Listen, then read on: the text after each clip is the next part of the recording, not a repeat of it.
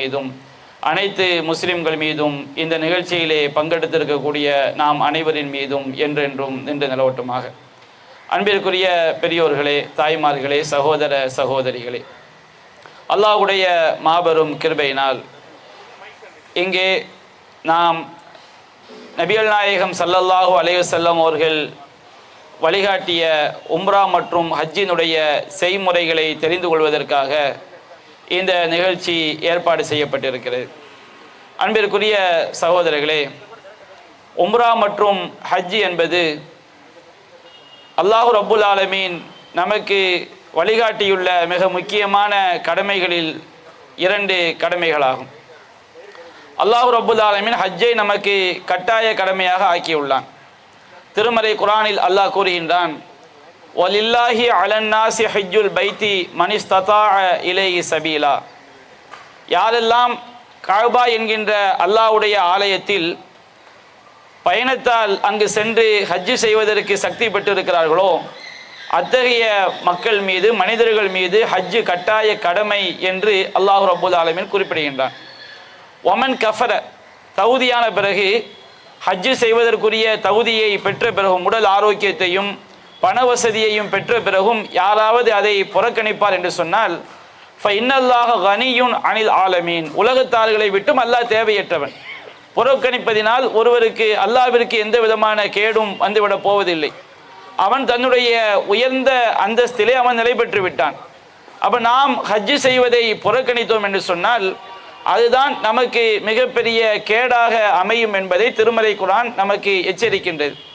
அப்போ இஸ்லாத்தை ஏற்றுக்கொண்ட, பருவ வயதை அடைந்த, புத்தி சுவாதீனமிக்க, ஹஜ்ஜு செய்வதற்கு செல்வத்தாலும் உடலாலும் தகுதி பெற்ற அனைவர் மீதும் ஹஜ்ஜு கட்டாய கடமையாக ஆக்கப்பட்டிருக்கிறது.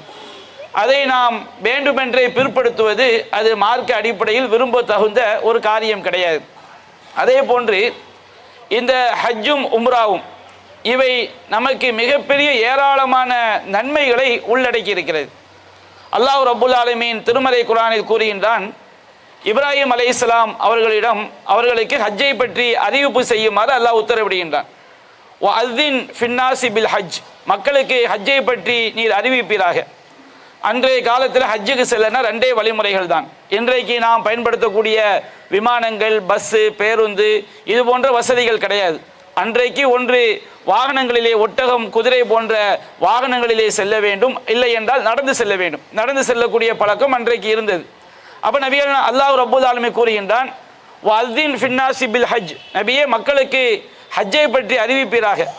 யதூக ரிஜாலன் வ அலா குல்லி லாமிரின் யதீன மின் குல்லி ஃபஜ்ஜின் அமீக், அவர்கள் நடந்தவர்களாகவும் தம்முடைய கால்களால் நடந்தும் ஒவ்வொரு தூரமான பிரதேசங்களிலிருந்தும், தூரமான பகுதியிலிருந்து வந்த காரணத்தினால் அந்த ஒட்டகங்கள் மிகவும் மெலிந்து போய்விடும். அப்போ ஒவ்வொரு தூரமான பிரதேசங்களிலிருந்தும் அவர்கள் மெலிந்த ஒட்டகங்களில் ஹஜ்ஜுக்காக வருவார்கள். எதற்காக வருவார்கள் என்று அல்லாஹ் குறிப்பிடும் பொழுது, லி யஷ்ஹது மனாஃபிஅ லஹும், தங்களுக்குரிய நன்மைகளை அடைந்து கொள்வதற்காக, தங்களுக்குரிய பலன்கள், இவ்வுலக பலன்களையும் மறுமை பலன்களையும் அடைந்து கொள்வதற்காக வருவார்கள். வயதுகுரு ஸ்மல்லாஹி ஃபி ஐயாமி மஅலூமாத் அலாமா ரஸகஹும் மின் பஹீமத்தில் அனாம், அவர்களுக்கு நாம் வழங்கிய ஆடு, மாடு, ஒட்டகம் போன்ற கால்நடைகளில் அறியப்பட்ட நாட்களில் அந்த கால்நடைகளின் மீது அல்லாஹ்வுடைய பெயரை கூறுவதற்காகவும் அவர்கள் வருவார்கள் என்று அல்லாஹ் கூறுகின்றான். இந்த வசனத்தில் ஹஜ்ஜுடைய நோக்கத்தை பற்றி அல்லாஹ் சொல்லும்போது, லி யஷ்ஹது மனாஃபிஅ லஹும், தங்களுக்குரிய நன்மைகளை அடைந்து கொள்வதற்காக அவர்கள் வருவார்கள் என்று அல்லாஹ் குறிப்பிடுகின்றார். ஹஜ்ஜில் உள்ள நன்மைகள் என்பது ஏராளமான நன்மைகள். அதில் 1-2 மட்டும் நான் இங்கே கோடிட்டு காட்டுகிறேன். ஏனென்றால் ஹஜ்ஜினால், ஹஜ்ஜு மற்றும் உம்ராவினால் நாம் பெறக்கூடிய பாக்கியங்களை குர்ஆன் சுன்னாவிலிருந்து பட்டியலிட்டு கொண்டே சென்றால் இந்த நிகழ்ச்சி முழுவதும் அதற்காகவே செலவாகிவிடும்.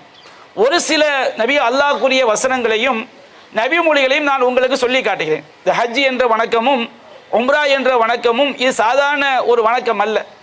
நபிகள் நாயகம் ஸல்லல்லாஹு அலைஹி வஸல்லம் சொன்னார்கள், அது உம்ரத்து இல் உம்ரா கஃபாரத்துன் லிமா பைனஹுன்ன, ஒரு உம்ரா செய்துவிட்டு அடுத்து ஒரு உம்ரா செய்தோம் என்று சொன்னால் அந்த 2 உம்ராக்களுக்கு மத்தியில் உள்ள எல்லா பாவங்கள் என்று சொன்னால் சிறு பாவங்கள் எல்லா சிறுபாவங்களும் அழிக்கப்படுகிறது.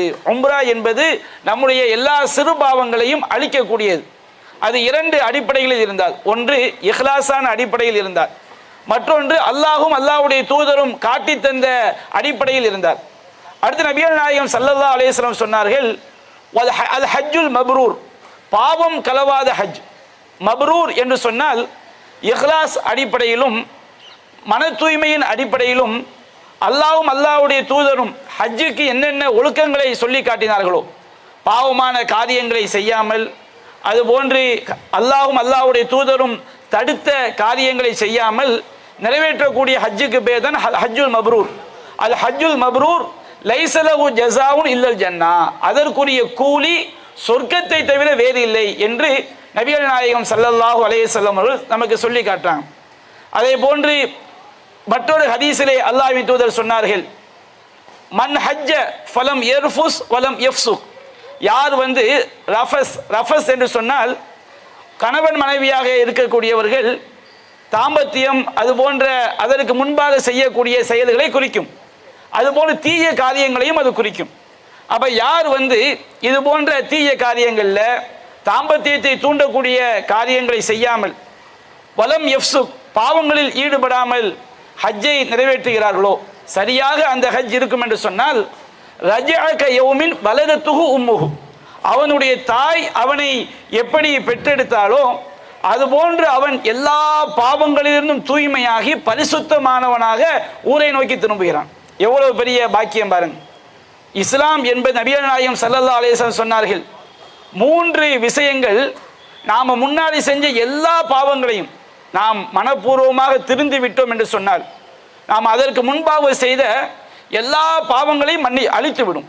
அந்த 3 விஷயங்கள் எதுவென்று சொன்னால், அல் இஸ்லாமு யஹ்திமு மாகான கப்லஹு, இஸ்லாம் என்பது அதற்கு முன்னர் செய்த எல்லா பாவங்களையும் அழித்துவிடும். ஒரு இஸ்லாத்துக்கு வர்றான்னு சொன்னோம்னா அவர் அதுக்கு முன்னாடி என்னென்ன பாவங்கள் செஞ்சாரோ எல்லா பாவங்களும் அழிக்கப்பட்டு விடும். வல் ஹிஜ்ரத்து தஹ்திமு மாகான கப்லஹு, ஹிஜ்ரத் என்பது அதற்கு முன்பு செய்த எல்லா பாவங்களையும் அழித்துவிடும், அவன் பரிசுத்தமானவனாக ஆகிவிடுகின்றான். அதுபோல் நபிகள் நாயகம் சொன்னார்கள், வல் ஹஜ்ஜு யஹ்திமு மாகான கப்லஹு, ஹஜ் என்கின்ற அந்த வணக்கமும் அதற்கு முன்பு செய்த எல்லா பாவங்களையும் அழித்து விடும் என்று அல்லாஹ்வின் தூதர் குறிப்பிடுகின்றார்கள். இதில் நமக்கு ஒரு விதிவிலக்கு இருக்கு. என்ன விதிவிலக்கு என்று சொன்னால், ஹஜ் என்பது எல்லா பாவங்களையும் அழித்து விடும், ஒரு பாவத்தை கூட என்ன செய்யாது, விட்டு வைக்காது. அதே நேரத்தில் நபிகள் நாயகம் ஸல்லல்லாஹு அலைஹி வஸல்லம் அவர்கள் மற்ற ஹதீஸ்களில் ஒரு மனிதன் பிற மனிதனுக்கு செய்யக்கூடிய பாவங்களை பொறுத்த வரைக்கும் அல்லாஹ் அதற்கு நீதி வழங்கியே தீர்வான். அந்த நீதி 2 விதத்தில் இருக்கும். நாம் பிற மனிதர்களுக்கு அநியாயம் அக்கிரமம் செய்திருந்தோம் என்று சொன்னால், மறுமை நாளில் நம்முடைய நன்மைகளை எடுத்து அந்த மனிதனுக்கு வழங்கி அல்லாஹ் அவனுடைய கருணையினால் நம்மை மன்னித்து சொர்க்கம் கொண்டு செல்லலாம். அல்லது நம்முடைய நன்மைகளை எடுத்து அவனுக்கு வழங்கி அவனுடைய பிறருடைய தீமைகள் நம்மீது சுமத்தப்பட்டு அதற்குரிய தண்டனையை அனுபவித்த பிறகு சொர்க்கத்துக்கு செல்லலாம். அப்போ இதன் காரணத்தினால்தான் ஹஜ் என்பது எல்லா பாவங்களையும் அழிக்க வேண்டும் என்று சொன்னால் மனித உரிமை தொடர்பான பாவங்கள் நம்மில் இருக்கக்கூடாது. அப்போ இதன் காரணமாக தான் என்ன சொல்லுவாங்கன்னு சொன்னோம்னா, நாம் யாருக்காவது தெரிந்தே அநியாயம் செஞ்சிருந்தா, நாம் வட்டி வாங்கியிருந்தா, அல்லது வரதட்சணை வாங்கியிருந்தால், அல்லது வேறு ஏதாவது ஹராமான காரியங்களை செய்திருந்தால், நம்முடைய சொந்தங்களை நாம் இந்த உலகத்திற்காக நம்புறத்திலிருந்து ஏற்பட்ட பகையின் காரணமாக பகைத்திருந்தால், நாம் தப்பு செஞ்சிருந்தோம்னு சொன்னோம்னா, அந்த பகையை நாம் உறவுகளை இணைத்துவிட்டு நாம் செய்த பாவமான காரியங்களுக்கு பரிகாரம் செய்துவிட்டு நாம் யாருக்கு அநியாயம் செய்தோமோ அவர்களிடம் மன்னிப்பு கேட்டுவிட்டு ஹஜ்ஜுக்கு செல்லும் போது அந்த ஹஜ்ஜு நம்முடைய எல்லா பாவங்களையும் அழித்து நாம் அன்று பிறந்த பாலகனை போன்று என்ன செய்கின்றோம், இந்த உலகத்திற்கு திரும்பி வருகின்றோம், இந்த நம்முடைய ஊருக்கு திரும்பி வருகின்றோம். அது மட்டுமல்ல, ஹஜ்ஜில் செய்யக்கூடிய ஒவ்வொரு காரியமும், உம்ராவில் செய்யக்கூடிய ஒவ்வொரு காரியமும் நமக்கு மறுமையில் ஏராளமான நன்மைகளாக மாறுகிறது. நாம் உம்ராவுக்கு செல்லும் போது, ஹஜ்ஜுக்கு செல்லும் போது தல்பியா சொல்கின்றோம். நபிகள் நாயகம் ஸல்லல்லாஹு அலைஹி வஸல்லம் அவர்கள் சொல்லி காட்டுறாங்க, ஒருவர் தல்பியா சொல்லும்போது அவருடைய இடதுபுறம் உள்ள மரங்கள் செடிகள் கொடிகள் பாறைகள், அவருடைய வலதுபுறம் உள்ள மரங்கள் செடிகள் கொடிகள் பாறைகள் எல்லாமே அந்த உலகம் அழிகின்ற வரை அந்த தல்பியாவை எதிரொலிக்கிறது என்று நபிகள் நாயகம் ஸல்லல்லாஹு அலைஹி வஸல்லம் அவங்க சொல்லி காட்டுறாங்க. எவ்வளவு பெரிய பாக்கியம் பாருங்க. அவை மறுமையில் நமக்கு சாட்சியாக கொண்டு வரப்படும். அதே போன்று நபிகள் நாயகம் ஸல்லல்லாஹு அலைஹி வஸல்லம் அவங்க சொல்லி காட்டுறாங்க, நாம ஹஜ்ருல் அஸ்வத நாம முத்தமிடும் போது மறுமை நாளில் அந்த ஹஜ்ருல் அஸ்வதுக்கு பார்க்கக்கூடிய கண்கள் அதற்கு இருக்கும், பேசக்கூடிய நாவுகள் அதற்கு இருக்கும். அந்த ஹஜ்ருல் அஸ்வத் சொல்லும், யார் உண்மையிலேயே இஹ்லாஸான முறையில், பெருமைக்காக இல்லாமல், பகட்டுக்காக இல்லாமல், தனக்கு செல்வம் இருக்கிறது என்று காட்டுவதற்காக இல்லாமல், யார் உண்மையிலேயே இஹ்லாஸான முறையில் அந்த ஹஜ்ருல் அஸ்வதை முத்தமிட்டார் என்பதை அந்த கல் மறுமை நாளில் அல்லாஹ்விடம் சாட்சி சொல்லும் என்று நபிகள் நாயகம் ஸல்லல்லாஹு அலைஹி சொல்லி காட்டுறாங்க. அது மட்டுமல்ல, ஹஜ்ஜுக்கு செல்லக்கூடிய மக்கள் அவங்க என்ன பண்றாங்க, அரஃபாவில் தங்குகிறார்கள். அரஃபா நாள் என்பது சாதாரணமான ஒரு நாள் கிடையாது. நபிகள் நாயகம் ஸல்லல்லாஹு அலைஹி வஸல்லம் அவங்க சொல்லி காட்டுறாங்க, அல்லாஹ் ரப்பல் ஆலமீன் எல்லா நாட்களிலுமே நரகத்திலிருந்து தான் நாடியோரை விடுவிக்கிறான். இவங்கெல்லாம் சொர்க்கவாசிகள் என்று அவங்களுடைய விதியை அல்லாஹ் மாற்றுகிறான். அல்லாஹ் ரப்பல் ஆலமீன் அதிகமாக மற்ற எல்லா நாட்களை விடவும் அதிகமாக எந்த நாளில் அவன் நரகத்திலிருந்து மனிதர்களை விடுவிக்கிறான் என்று சொன்னால் அரஃபாவுடைய நாளில் தான் அல்லாஹ் விடுவிக்கின்றான். அது மட்டுமல்ல, அல்லாஹ் ரப்பல் ஆலமீன் அரஃபாவுடைய நாளில் அந்த ஹாஜிகளுக்கு மிக நெருக்கமாக அல்லாஹ் வந்து அந்த ஹாஜிகளை பற்றி மலக்குமாரிடம் அல்லாஹ் பெருமையாக பேசுகிறான். உண்மையிலே நம்முடைய ஹஜ்ஜு வந்து இஹ்லாஸான ஹஜ்ஜாக இருக்கும் என்று சொன்னால் அல்லாஹ் ரப்பல் ஆலமீன் நம்மை பற்றி பெருமையாக பேசிதான் வச்சுக்கிறீங்க. அந்த ஒரு நிகழ்வு போதும் கண்டிப்பாக 100% அல்ல, 1000 மடங்கு அல்ல, லட்சம் மடங்கு கண்டிப்பாக நாம் யார் தான், சொர்க்கவாசிகள் தான். ஏன்னா அல்லாஹ் ரப்பல் ஆலமீன் நம்மை பற்றி மலக்குமார்கள்ட்ட அல்லாஹ் பெருமையாக பேசிவிட்டாலே நாம் அல்லாஹ்வுடைய சிறப்பிற்குரிய நல்லடியார்களாக நாம் என்ன செய்து விட்டோம், மாறிவிட்டோம். அப்போ அவ்வளோ பெரிய பாக்கியம் அந்த நாளில் இருக்குது. அதே போன்று ஆயிஷா ரலியல்லாஹு அன்ஹா நபிகள் நாயகம் ஸல்லல்லாஹு அலைஹி வஸல்லம் அவங்கள்ட்ட கேட்டாங்க, அல்லாஹ்வின் தூதரே, ஹல் அலன் நிசாயி ஜிஹாதும், பெண்களுக்கு ஜிஹாத் கடமையா அப்படின்னு கேட்குறாங்க. பெண்கள் வந்து அல்லாஹ்வுக்காக உயிரை கொடுப்பது, போராடுவது, ஆயுதம் ஏந்தி போர் செய்வது, ஒரு அதற்குண்டான சூழல் ஏற்பட்டால், இஸ்லாமிய காலங்கள் அப்படி நாடுகள் அப்படி ஏற்பட்டால் கடமையான்னு கேட்கும்போது நபிகள் நாயகம் சொன்னார்கள், இல்லை, நஅம், பெண்கள் மீது ஜிஹாத் கடமை, ஆனால் லைஸஃபியா கித்தால், அதில் எந்த விதமான சண்டையும் கிடையாது. பெண்கள் மீது உள்ள ஜிஹாத் என்ன, அது ஹஜ்ஜு அது உம்ரா, ஹஜ்ஜும் உம்ராவும் பெண்கள் செய்யக்கூடிய ஜிஹாத் என்று நபிகள் நாயகம் ஸல்லல்லாஹு அலைஹி வஸல்லம் அவர்கள் அதனுடைய அந்தஸ்தை மிக உயர்த்தி சொல்லி காட்டுகிறார்கள். அல்லாஹ் ரப்பல் ஆலமீன் திருமறை குர்ஆனில் கூறுகின்றான், வ அதிம்முல் ஹஜ்ஜ வல் உம்ரத லில்லாஹ், நீங்கள் ஹஜ்ஜையும் உம்ராவையும் அல்லாஹ்வுக்காக நிறைவேற்றுங்கள். இன்றைக்கு மிகப்பெரிய ஒரு கவலைக்குரிய விஷயம் என்னவென்று சொன்னால், இந்த உம்ரா என்ற வணக்கத்துடைய தனித்துவம். ரமதான் மாதம் அதிகமான பேர் என்ன செய்வாங்க, உம்ராவுக்கு போவாங்க. நபிகள் நாயகம் சொன்னார்கள், ரமதானில் செய்யக்கூடிய உம்ரா என்பது ஹஜ்ஜுக்கு நிகர் என்று சொல்லி காட்டினார்கள். ஹஜ்ஜுக்கு சமம். ஹஜ்ஜு கடமையை நீக்கிவிடாது, ஆனால் அதற்கு கிடைக்கக்கூடிய கூலி என்பது ஹஜ்ஜுக்கு சமமானது. ஆனால் இன்றைக்கு ஹஜ்ஜும் உம்ராவும் நபிகள் நாயகம் ஸல்லல்லாஹு அலைஹி வஸல்லம் அவர்கள் காட்டி தந்த முறைப்படி மக்கள் செய்கிறார்களா? இன்றைக்கு நாங்கள் ஹஜ்ஜுக்கு வழிகாட்டுகிறோம், உம்ராக்கு வழிகாட்டுகிறோம் என்று சொல்லக்கூடியவர்களில் அதிகமானோர் அந்த ஹஜ்ஜையும் உம்ராவையும் நபிகள் நாயகம் ஸல்லல்லாஹு அலைஹி வஸல்லம் அவர்கள் எப்படி காட்டி தந்தார்களோ அதற்கு நேர் மாற்றமான முறையில் செய்ய வைத்து அந்த அமல்களையே பால்படுத்தி விடுகிறார்கள். அன்பிற்குரிய சகோதரர்களே, ஹஜ்ஜை பொறுத்த வரைக்கும் எந்த அமலாக இருந்தாலும், எந்த இபாதத்தாக இருந்தாலும் அது ஏற்றுக்கொள்ளப்பட வேண்டும் என்றால் 2 அடிப்படைகள் அவசியம். எப்போ 2 அடிப்படைகள்? ஒருவன் இணை வைப்பு காரியங்களை எல்லாம் விட்டு நீங்கிய பிறகு 2 அடிப்படைகள் அவசியம். ஏனென்று சொன்னால், இணை வைப்பு நம்பிக்கைகள் நம்மிடம் இருக்கும் என்று சொன்னால், லா இலாஹ இல்லல்லாஹ், வணக்கத்திற்குரியவன் அல்லாஹ் ஒருவனை தவிர வேறு யாரும் இல்லை, நாம் எல்லா வணக்கங்களையும் அல்லாஹ்விடம் தான் செய்ய வேண்டும், அல்லாஹ்விற்கு தான் செய்ய வேண்டும். துஆ ஹுவல் இபாதா, துஆ என்பது வணக்கம். ஒருவன் அல்லாஹ்வை விட்டுவிட்டு சமாதிகளிடமோ தாயத்து தகடுகளிடமோ அல்லது வேறு யாரிடமோ சென்று அவன் பிரார்த்தனை செய்தால் அவன் அல்லாஹ்வுக்கு இணை வைத்த மாபெரும் பாவியாகி விடுவான். இணை வைத்தல் என்பது அல்லாஹ் ரப்பல் ஆலமீன் திருமறை குர்ஆனில் 18 நபிமார்களுடைய பெயர்களை அல்லாஹ் குறிப்பிடுகின்றான். 18 நபிமார்களை பற்றி அல்லாஹ் குறிப்பிட்டு விட்டு இறுதியாக அல்லாஹ் சொல்கின்றான், வலவ் அஷ்ரகு, அந்த நபிமார்கள் இணை வைத்தாலும் சரி, ல ஹபித அன்ஹும் மா கானூ யஅமலூன், அவர்கள் செய்த எல்லா பாவங்களும் அவர்களை விட்டு, எல்லா நன்மைகளும் அவர்களை விட்டும் அழிந்து போய்விடும். நபிமார்கள் 18 நபிமார்கள், 18 நபிமாருடைய பெயரை அல்லாஹ் சொல்லிவிட்டு நபிமார்கள் ஒருபோதும் இணை வைக்க மாட்டார்கள். அல்லாஹ் அந்த இணை வைத்தலை எவ்வளவு வெறுக்கிறான் என்பதை அல்லாஹ் குறிப்பிடுகிறான். நபிகள் நாயகத்தை பார்த்து அல்லாஹ் சொல்கின்றான், வலையின் அஷ்ரக்த லஹபத்தன்ன அமலுக், நபியே நீர் அல்லாஹ்வுக்கு இணை வைத்தாலும் சரி உம்முடைய எல்லா நல்லறங்களும் அழிந்து போய்விடும். அப்போ இன்றைக்கு ஹஜ்ஜு உம்ராக்கு செல்லக்கூடியவர்கள் முதலில் இணை வைத்தல் என்பது எவ்வளவு பெரிய பாவம். இணை வைத்தல் என்றால் என்ன? அல்லாஹ் எதற்காக நம்மை படைத்திருக்கிறான்? லா இலாஹ இல்லல்லாஹ் என்ற கலிமாவுடைய சரியான அர்த்தம் என்ன என்பதை புரியாமல் எந்த ஒரு வணக்கத்தையும் செய்வதில் எந்த ஒரு ஃபாயிதாவும் இல்லை. ஏன்னா அல்லாஹ் ரப்புல் ஆலமீன் இணை வைத்தலோடு இணை வைப்பு நம்பிக்கையோடு செய்யக்கூடிய எந்த ஒரு நல்லறத்தையும் அல்லாஹ் ஏற்றுக்கொள்ளவே மாட்டான். இரண்டாவது, நாம 2 அடிப்படைகள், ஷிர்க் இல்லைன்னு வச்சுக்கிட்டுங்க, 2 அடிப்படைகள் முக்கியம். ஒன்று இஹ்லாஸ், மன தூய்மை. அல்லாஹ் ரப்புல் ஆலமீன் சொல்லி காட்டுகிறான், ஒமா உமிரு இல்லா லியஅபுதுல்லாஹ முஹ்லிஸீன லஹுத்தீன், அவர்கள் தங்களுடைய எல்லா மார்க்க செயல்களையும் அல்லாஹ்வுக்கு இஹ்லாஸான முறையில் இறைவனுக்காக செய்து அவனை வணங்கி வழிபட வேண்டும் என்று உத்தரவிடப்பட்டிருக்கிறார்கள். நம்முடைய எல்லா காரியங்களையும் மார்க்க காரியங்களையும் நாம் இஹ்லாஸான முறையில் செய்ய வேண்டும். நபிகள் நாயகம் சொன்னார்கள், இன்னல்லாஹ லா யக்பலு மினல் அமலி இல்லா மா கான லஹு ஹாலிஸன் வ மப்துகிய பிஹி வஜ்ஹு, அல்லாஹ் ரப்புல் ஆலமீன் அவனுடைய திருமுகத்தை நாடி அவனுக்காக பரிசுத்தமான முறையில் செய்யக்கூடிய நல்லறங்களை மட்டும்தான் அல்லாஹ் ஏற்றுக்கொள்வான்.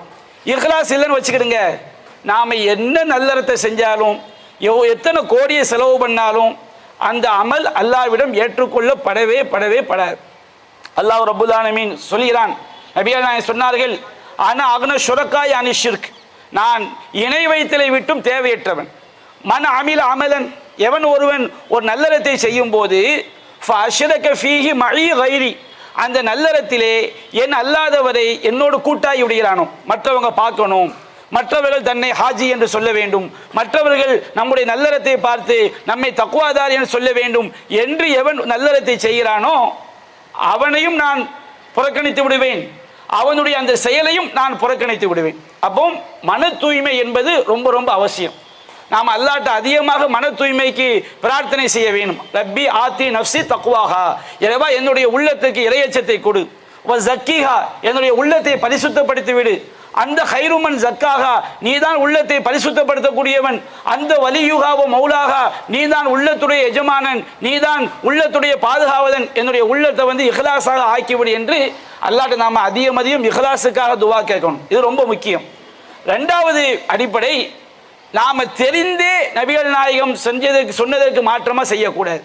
நபிகள் நாயகம் சொன்னார்கள், மன் அமில அமலன் ஃபலைஸ அலை அம்ருனா ஃபஹுவ ரத்துன், நாம் கட்டளையிடாத காரியத்தை யார் செய்கிறாரோ அது அல்லாஹ்விடம் மறுக்கப்படும். அது மட்டுமல்ல, அப்போ நம்ம ஹஜ்ஜையும் உம்ராவையும் நபிகள் நாயகம் காட்டி தந்த முறைப்படி செய்ய வேண்டும். இது ரொம்ப ரொம்ப முக்கியம். இந்த 2ஐயும் மனசில் வச்சுக்கிடுங்க. ஒன்று இஹ்லாஸ், மற்றொன்று நபிகள் நாயகம் சொல்லி தந்த முறைப்படி செய்வது. நம்ம கிட்ட ஷிர்க் என்ன செய்யக்கூடாது, அறவே இருக்கக்கூடாது. அப்போ இது ஒரு அடிப்படை என்று சொன்னால், அடுத்து நாம் இதில் பார்க்க வேண்டிய விஷயம், அல்லாஹ் ரப்புல் ஆலமீன் நமக்கு ஹஜ்ஜில் ஏராளமான நன்மைகள் அல்லாஹ் தருகின்றான், உம்ராவில் ஏராளமான நன்மைகள் தருகின்றான். அல்லாஹ் ரப்புல் ஆலமீன் நம்முடைய உண்மையான தக்வாவை ஹஜ்ஜின் மூலம் அல்லாஹ் சோதித்து அறிய விரும்புகிறான். அல்லாஹ் குர்ஆனை சொல்லி காட்டுகின்றான், ஹஜ்ஜுக்கு போகும்போது இஹ்ராமுடைய உடை தரித்தவுடன் நாம் வேட்டையாடுவது கூடாது. அது சட்டங்களை எல்லாம் சொல்லுவோம் நாம். அதை பற்றி அல்லாஹ் சொல்லும்போது, யா அய்யுஹல்லதீன ஆமனு ல யபுலுவன்னகுமுல்லாஹு, அல்லாஹ் ரப்புல் ஆலமீன் உங்களை வேட்டை பிராணிகள் மூலமாக அல்லாஹ் சோதிப்பான். தனாலுகு ஐதீக்கும் ரிமாஹுக்கும், அதாவது ஒருவன் இஹ்ராம் அணிவதற்கு முன்னாடி வேட்டை பிராணியை தேடினால் கிடைக்காது. ஆனால் இஹ்ராம் அணிந்த பிறகு நம்ம சஹாபாக்கள் காலத்தில் இஹ்ராம் அணிஞ்ச பிறகு கையிட்டு பிடிக்கிற மாதிரி வேட்டை பிராணி போகுமா. ஒரு முயலோ ஒரு புறாவோ அல்லது உண்பதற்கு தகுதியான பறவைகள் பிராணிகள் இருக்கு பாருங்க, கையிட்டு பிடிக்கிற மாதிரி போகுமா, ஈட்டியை வச்சு இப்படி குத்தி எடுக்கிற மாதிரி போகுமா. அல்லாஹ் சொல்றான், அதாவது எபுது வண்ணக்கும் உள்ளாக ஷையும் சைத், அல்லாஹ் வேட்டை பொருட்கள் மூலமாக உங்களை சோதிப்பான். தனாலுகு ரிமாஹுக்கும் ஐதீக்கும், உங்களுடைய கைகளும் ஈட்டிகளும் அதை எட்டக்கூடிய வகையில். எதற்காக அல்லாஹ் சோதிக்கிறான் தெரியுமா? உங்களில் தனிமையாக இருக்கும் பொழுது அல்லாஹ்வை அஞ்சக்கூடியவர் யார் என்று பரிசோதிப்பதற்காக. இதை நாம் விளங்கிக்கணும். நோன்பில் எப்படி அல்லாஹ் நம்மளை பரிசோதிக்கிறானோ அதே போன்று நாம் தனியாக இருந்தாலும் உண்மையிலே அல்லாஹ்வை அஞ்சக்கூடியவர் யார் என்பதை வெளிப்படுத்தி காட்டுவதற்காக அல்லாஹ் சோதிப்பேன் என்று அல்லாஹ் சொல்கின்றான். அப்போ இந்த உம்ராவும் ஹஜ்ஜும் நம்முடைய உண்மையான தக்வாவை வெளிப்படுத்துவதற்குரியது. அது அல்லாஹ் சொல்கின்றான், ஃபதஸவ்வது, நீங்கள் ஹஜ்ஜு பயணத்தை மேற்கொள்ளும் போது தேவையான முன் தயாரிப்புகளை செய்து கொள்ளுங்கள். இன்ன ஹைரஸ் ஜாதி தக்வா, நீங்கள் செய்ய வேண்டிய முன் தயாரிப்புகளிலேயே மிகச் சிறந்தது இறையச்சம் என்று அல்லாஹ் குறிப்பிடுகின்றான். ஹஜ்ஜில் நாம் அறுத்து பலியிடுவோம். சில நேரங்களில் உம்ராவில் தடுக்கப்பட்டால் ஹதி என்ற பிராணியை அறுத்து கஅபால வச்சு அறுத்து ஏழைகளுக்கு கொடுக்க வேண்டிய நிலைமை ஏற்படலாம். அப்போ அல்லாஹ் சொல்லி காட்டுகிறான், லை யனாலல்லாஹு லுஹூமுஹா வலா திமாவுஹா, அந்த குர்பானி பிராணிகளுடைய இரத்தமோ இறைச்சியோ அல்லாஹ்வை அடையாது. வலாக்கி யனாலஹு தக்வா மின்கும், உங்களுடைய இறையச்சம் தான் அல்லாஹ்வை அடைகிறது. அது மட்டுமல்ல, ஹஜ்ஜில் நம்ம ஏராளமான அல்லாஹ்வுடைய சின்னங்களை நாம் மகத்துவப்படுத்துகிறோம். அல்லாஹ் சொல்லி காட்டுகின்றான், சஃபா என்கின்ற அல்லாஹ்வுடைய சின்னம். அல்லாஹ்வுடைய சின்னம் என்று சொன்னால் இன்ன சஃபா வல் மர்வத மின் ஷஆயிரில்லாஹ், சஃபாவும் மர்வாவும் அல்லாஹ்வுடைய அடையாள சின்னங்கள் என்று அல்லாஹ் குறிப்பிடுகிறான். அல்லாஹ்வுடைய சின்னம் என்று சொன்னால் இறைவன் எந்த குறிப்பிட்ட இடத்துல குறிப்பிட்ட நேரத்தில் ஒரு அமலை செய்ய சொன்னானோ அந்த குறிப்பிட்ட இடம், அது அந்த குறிப்பிட்ட பிராணிகள், அது அல்லாஹ்வுடைய சின்னம் என்று சொல்லப்படும். அப்போ சஃபா அல்லாஹ்வுடைய அடையாள சின்னம், மர்வா அல்லாஹ்வுடைய அடையாள சின்னம். அதே போன்று குர்பானி பிராணிகள், ஹஜ்ஜில் அறுத்து பலியிடக்கூடிய குர்பானி பிராணிகள் அல்லாஹ்வுடைய அடையாள சின்னங்கள். அதே மாதிரி மினா, முஸ்தலிஃபா, அரஃபா போன்ற பல்வேறு அல்லாஹ்வுடைய அடையாள சின்னங்கள் இருக்கிறது. அப்போ அல்லாஹ் கூறுகின்றான், வமை யுஅல்லிம் ஷஆயிரல்லாஹ், யார் அல்லாஹ்வுடைய இந்த சின்னங்களை மகத்துவப்படுத்துகிறார்களோ ஃபஇன்னஹா மின் தக்வல் குலூப், அது அவருடைய உள்ளங்களில் உள்ள இறையச்சத்திற்குரிய அடையாளம் என்று அல்லாஹ் குறிப்பிடுகிறான். அப்போ நான் ஹஜ் உம்ராவுடைய முக்கியமான சில விஷயங்கள், ஹஜ் உம்ராவுடைய நோக்கம், அதனால் கிடைக்கக்கூடிய இம்மை மறுமை பலன்கள், குர்ஆன் சொன்ன அடிப்படையில் நாம் அல்லாஹ்வும் அல்லாஹ்வுடைய தூதரும் சொன்ன பல விஷயங்களில் முக்கியமான ஒரு சில விஷயங்களை நாம் தெரிந்து கொண்டோம். நபிகள் நாயகம் ஸல்லல்லாஹு அலைஹி வஸல்லம் சொன்னார்கள், யா அய்யுஹன்னாஸ் இன்னல்லாஹ ஃபரத அலைக்குமுல் ஹஜ், மக்களே அல்லாஹ் உங்கள் மீது ஹஜ்ஜை கடமையாக்கி இருக்கின்றான். ஃபஹுஜ்ஜு, நீங்கள் ஹஜ்ஜி செய்யுங்கள் என்று சொல்லும்போது ஒரு சஹாபி என்று கேட்டார், அல்லாஹ்வின் தூதரே ஒவ்வொரு ஆண்டுமான்னு கேட்டாங்க. அப்போ நபிகள் நாயகம் சொன்னாங்க, லவ் குல்து நஅம், நான் ஆம் என்று சொல்லிவிட்டால் வஜபத், அது கடமையாகிவிடும். அப்போ ஹஜ்ஜி என்பது நமக்கு ஒவ்வொரு ஆண்டும் கடமை கிடையாது, நம்முடைய வாழ்நாளில் ஒரு தடவை செய்ய வேண்டிய கடமை. உம்ராவை நம்ம பல தடவை செய்து கொள்ளலாம். அப்போ அந்த ஒரு தடவை செய்ய வேண்டிய அந்த கடமையை நாம் சரியான முறையில் அல்லாஹ்வும் அல்லாஹ்வுடைய தூதரும் காட்டி தந்த அடிப்படையில் பாவம் கலவாமல் சரியான முறையில் செய்ய வேண்டும் என்பதற்காகத்தான் இந்த ஹஜ் உம்ரா வழிகாட்டு நிகழ்ச்சியை நாம் ஏற்பாடு செய்திருக்கின்றோம். இப்போ நாம் முதல்ல இருந்து, ஏன்னா ஹஜ்ஜுக்குள்ளே உம்ராவும் வந்துடும். நாம் ஹஜ்ஜுடைய முறையை பார்க்கும் பொழுது முதல்ல உம்ராவுடைய முறையை பார்த்து விட்டு தான் நம்ம என்ன செய்வோம், அந்த அடுத்தடுத்து ஹஜ்ஜுடைய முறைகளுக்கும் நாம் செல்வோம். ஏன் நபிகள் நாயகம் சொல்லிட்டாங்க, தஹலத்தில் உம்ரத்து ஃபில் ஹஜ்ஜி இலா யௌமுல் கியாமா, கியாமத் நாள் வரை ஹஜ்ஜுக்குள் உம்ரா நுழைந்து விட்டது. உம்ராவையும் சேர்த்து தான் எதில் இருக்குது, ஹஜ்ஜில் இருக்குது. உம்ரா நம்ம தனியாவையும் செய்வோம், ஆனால் ஹஜ்ஜுக்குள்ளும் உம்ரா இருக்கிறது. அப்போ நம்ம உம்ராவுடைய முறைகளை, ஹஜ்ஜுடைய முறைகளை நம்ம என்ன செய்வோம், தொடர்ச்சியாக நாம் பார்ப்போம். இந்த லேப்டாப் எடுத்துக்கலாம், எதில் ஃபைல் போட்டுக்கான்னு கேட்டு,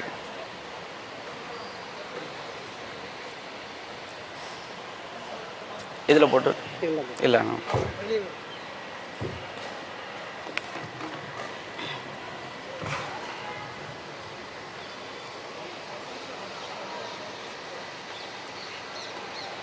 அன்பிற்குரிய சகோதரர்களே, இப்போ ஹஜ்ஜை பொறுத்த வரைக்கும்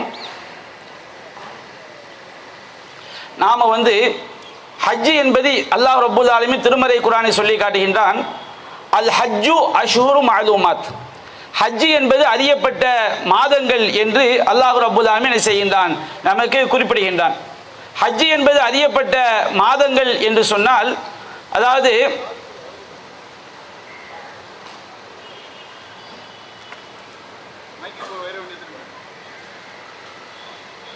ஓகே, அல்லாஹ் ரப்புல் ஆலமீன் ஹஜ்ஜு என்பது அறியப்பட்ட மாதங்கள் என்று அல்லாஹ் சொல்லி காட்டுறான்.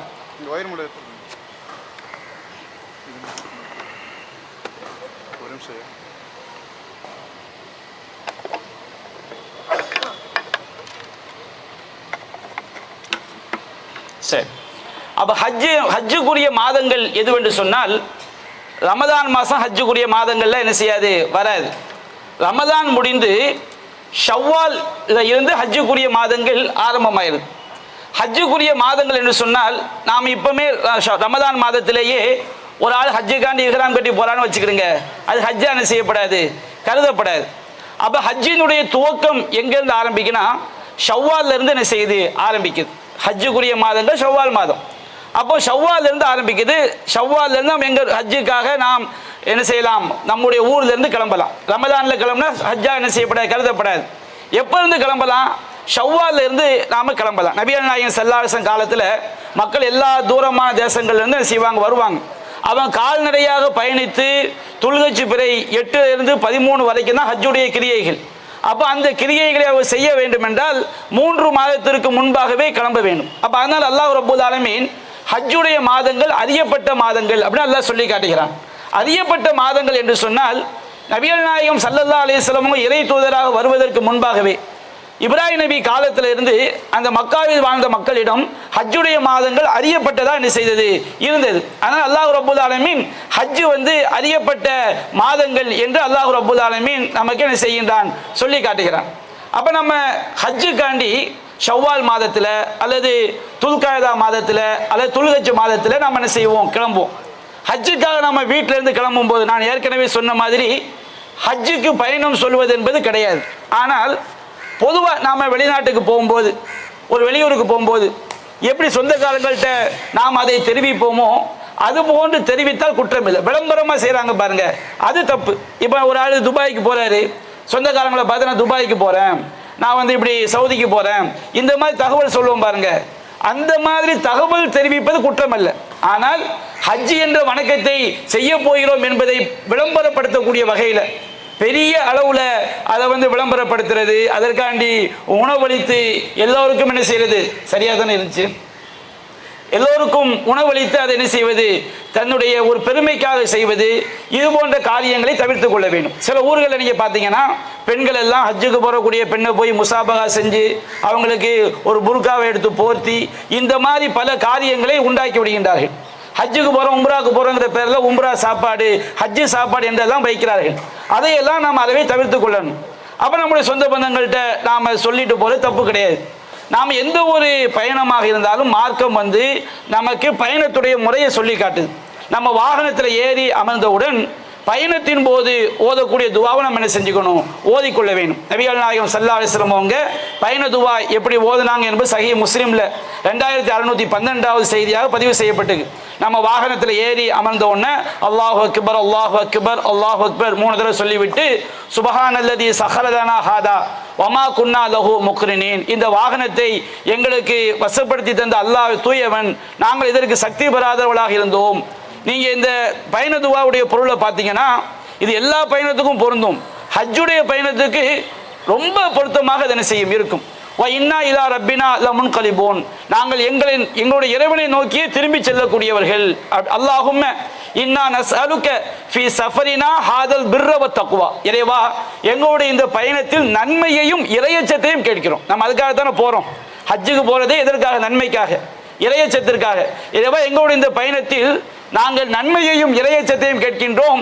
வ மினல் அமலி மா தர்லா, நீ பொருந்திக் கொள்ளக்கூடிய நற்செயலை கேட்கிறோம். அதுக்காகத்தானே போகிறோம். அல்லாஹும்ம ஹவ்வின் அலைனா சஃபரனா ஹாதா, இறைவா எங்களுடைய இந்த பயணத்தை எங்களுக்கு லேசாக்குவாயாக. வத்துவி அண்ணா போதா, அந்த தூரத்தை எங்களுக்கு நீ சுருக்கி காட்டுவாயாக. அல்லாஹும்ம அந்த சாஹிபு சஃபரி, இறைவா இந்த பயணத்தில் நீதான் எங்களுக்கு தோழனாக இருக்கிறாய், அல்லாஹ் தான் பாதுகாவலன். வல் ஹலீஃபத்து ஃபில் அஹ்ல், எங்களுடைய குடும்பத்திற்கு நீதான் பாதுகாவலனாக இருக்கிறாய். அல்லாஹும்ம இன்னி அஊது பிக்க மின் வஅஸாயி சஃபர், இறைவா இந்த பயணத்துடைய சிரமங்களில் இருந்தும், வ கஆபத்தில் மன்லரி, கோரமான காட்சிகளை நாங்கள் பார்ப்பதிலிருந்தும், வ சூயில் முன்கலபி ஃபில் மாலி வல் அஹ்லி, எங்களுடைய செல்வத்திலும் எங்களுடைய குடும்பத்திலும் கெட்ட மாற்றங்கள் ஏற்படுவதை விட்டும் முன்னிடம் நாங்கள் பாதுகாப்பு தேடுகிறோம். அப்போ நம்ம பயணம் கிளம்பும் போது வாகனத்தில் ஏறி உட்கார்ந்தவுடனே, பஸ்ஸில் ஏறியோ அல்லது கார்லையோ ட்ரெயின்லையோ ஏறி உட்கார்ந்தவுடனே நாம் இந்த துவாவை என்ன செய்ய வேண்டும், ஓதிக்கொள்ள வேண்டும். இப்போ ஹஜ்ஜுடைய பயணம் என்பது, ஹஜ்ஜு என்பது அது உம்ரா என்பது எங்கிருந்து ஆரம்பமாகுனா, எல்லாம் என்ன நினைக்கிறாங்கன்னா ஹஜ்ஜு வணக்கம் என்பது, உம்ராவுடைய வணக்கம் என்பது கஅபாவில் போய் ஆரம்பமாகுதுன்னு நினைக்கிறாங்க. அப்படி கிடையாது. நமக்கு வந்து நபிகள் நாயகம் ஸல்லல்லாஹு அலைஹி வஸல்லம் ஒவ்வொரு நாட்டில இருந்து போறவங்களுக்கும் ஒரு எல்லை என்ன செஞ்சிருக்காங்க, அவங்க நிர்ணயிச்சிருக்கிறாங்க. எப்படின்னு சொன்னோம்னா, ஸ்டிக் இருக்குங்களா, ஸ்டிக் கம்பு, ஒவ்வொரு நாட்டில இருந்து போறவங்களுக்கும் நபிகள் நாயகம் ஸல்லல்லாஹு அலைஹி வஸல்லம் அவர்கள் எல்லை என்ன செஞ்சிருக்கிறாங்க, நிர்ணயிச்சிருக்கிறாங்க. பொதுவாக மதீனாவிலிருந்து போறவங்களுக்கு துல் ஹுலைஃபான்னு ஒரு எல்லை, அதே போன்று கர்ண மனாசில் அப்படிங்கிறது ஒரு எல்லை, ஷாமிலிருந்து போறவங்களுக்கு ஜுஹஃபா என்ற ஒரு எல்லை, அதே போன்று நம்ம யமன் தேசத்திலிருந்து போறவங்களுக்கு எலம்லம் என்ற ஒரு எல்லை, ஈராக்கிலிருந்து போறவங்களுக்கு தாத்து இர்க் என்கின்ற ஒரு எல்லை. இப்படி வந்து எல்லைகள் நபிகள் நாயகம் ஸல்லல்லாஹு அலைஹி வஸல்லம் அவங்க நிர்ணயிச்சிருக்கிறாங்க. நம்ம இந்தியாவிலிருந்து போகக்கூடியவர்களுக்கு எது நமக்கு, நாம உம்ராங்கிற வணக்கத்துக்குள்ள நுழைந்து விட்டோம், ஹஜ் என்ற வணக்கத்திற்குள் நுழைந்து விட்டோம் என்பதற்குரிய எல்லை எதுவென்று சொன்னால் எலம்லம். எலம்லம் என்கின்ற எல்லையை தான் நபிகள் நாயகம் ஸல்லல்லாஹு அலைஹி வஸல்லம் என்ன செஞ்சிருக்கிறாங்க, நம்ம பகுதிக்கு வந்து இங்கேருந்து போகக்கூடிய நமக்கு வந்து எலம்லம் தான் எல்லையாக என்ன செய்யும் வரும். இப்போ அந்த எல்லையில் இறங்கி சில சுன்னத்தான விஷயங்கள் என்ன செய்யுது இருக்குது. அந்த எல்லையில் இறங்கி நாம் குளிக்கிறது சுன்னத்து. நாம் இஹ்ராமுடைய நிய்யத் வைப்பதற்கு முன்பாக நறுமணம் பூசிக்கொள்வது நமக்கு என்னது சுன்னத்தாக இருக்குது. அதே போன்று நம்முடைய நகங்கள், அக்குள்ள உள்ள நம்முடைய நீக்க வேண்டிய முடிகள், இதையெல்லாம் நீக்கிறது வந்து அது ஒரு சிறந்த காரியமாக இருக்குது. அப்போ இந்த இஹ்ராமுடைய எல்லை, நாம் இஹ்ராம் என்று சொன்னால் நாம் அந்த எல்லையில் இருந்து சில காரியங்களை செய்வதை மார்க்கம் தடுத்திருக்கு. நாம் உம்ராங்கிற வணக்கத்துக்குள்ள நுழைஞ்சிட்டோம் வச்சுக்கிறோங்க, ஹஜ்ஜுங்கிற வணக்கத்துக்குள்ள நுழைஞ்சிட்டோம் வச்சுக்கிறோங்க, அந்த எல்லையில் இருந்து சில காரியங்கள் நமக்கு தடுக்கப்பட்டிருக்கு. அது என்னென்ன காரியங்கள் பின்னாடி சொல்லி காட்டுறேன். அப்போ அந்தந்த எல்லையில் இருந்தே நமக்கு என்ன செய்து விடுகிறது, உம்ரா என்ற வணக்கம் ஆரம்பமாகி விடுகிறது, ஹஜ் என்ற வணக்கம் என்ன செய்கிறது, ஆரம்பமாகி விடுகிறது. அப்போ நாம் இங்கே இருந்து என்ன சொல்ல, அப்போ நாம் வந்து ஹஜ் என்கின்ற அந்த உம்ராக்காக நாம் செல்லும் போது அந்த எல்லையிலிருந்தே நாம் உம்ராவிற்குள் நுழைந்து விடுகின்றோம். அப்போ அந்த எல்லையிலிருந்து குளிப்பது, அதுபோன்று நாம் உடம்புல நறுமணம் பூசிக்கொள்வது, இது போன்ற செயல்களை நாம் செய்ய முடியுமானா முடியாது. ஏன்னு சொன்னோம்னா, நம்ம இங்கேருந்து கிளம்பும் போதே நம்ம ஃப்ளைட் எங்கே போய் இறங்கிறோம், அந்த எல்லையை தாண்டி ஜித்தாவில் போய் இறங்கிறோம். அப்போ அந்த எல்லையில் வைத்து சில வாசகங்களை சப்தமிட்டு சொல்லி நம்முடைய உள்ளத்தில் நாம் எதற்காக போகிறோம் என்கிற நிய்யத்தோடு சில வாசகங்களை சப்தமிட்டு சொல்வதை மார்க்க நமக்கு என்ன செஞ்சிருக்குது, கட்டாயமாக ஆக்கியிருக்குது. அப்போ நாம் அங்கே போய் அந்த எல்லையில் போய் செய்ய முடியுமானா முடியாது. அப்போ அதற்கு என்ன செய்வது, நம்ம ஏர்போர்ட்டில் இருந்தே குளித்து நம்முடைய உடம்புல நறுமணம் பூசிக்கொள்ள வேண்டும். ஏன்னா ஆண்களை பொறுத்த ஆண்களுடைய நறுமணம் என்பது மற்றவர்கள் நுகரக்கூடிய வகையில் இருக்கலாம். பெண்களுடைய நறுமணம் என்பது அவங்க உடம்புல உள்ள துர்வாடையை தடுக்கக்கூடிய வகையில் தான் இருக்கணும். அப்போ அந்த உடம்புல வந்து நறுமணம் பூசுவது தப்பில்லை. பாயிண்டா, சரி சரி, ஓகே. அப்போ நாம் வந்து அந்த எல்லைக்கு நாம் எல்லையில் இருக்கும்போது ஃப்ளைட்டில் தான் கடக்கிற மாதிரி வரும். அப்போ அதற்கு என்ன செய்ய வேண்டும், நம்ம ஊரில் ஏர்போர்ட்டில் இருந்து ஆண்கள் வந்து குளித்து இஹ்ராமின் போது ஆண்கள் அணியக்கூடிய ஆடைன்னு சொன்னோம்னா ஒரு மேலாடை, ஒரு கீழாடை. அப்போ அந்த தையல் இல்லாத ஆடையை தான் ஆண்கள் என்ன செய்ய வேண்டும், அணிய வேண்டும். அப்போ அந்த இஹ்ராமின் போது வந்து அந்த எல்லையில் வைத்து செய்ய முடியுமானா முடியாது. அப்போ ஏர்போர்ட்டில் வச்சு நம்ம என்ன செய்கிறோம், குளித்துக் கொள்கிறோம். ஏர்போர்ட்டில் இருந்தே ஆண்கள் வந்து இஹ்ராமுக்கு முன்னாடி தங்களுடைய உடம்புல என்ன செய்யலாம், அவங்க நறுமணத்தை என்ன செய்யலாம், பூசிக்கொள்ளலாம்.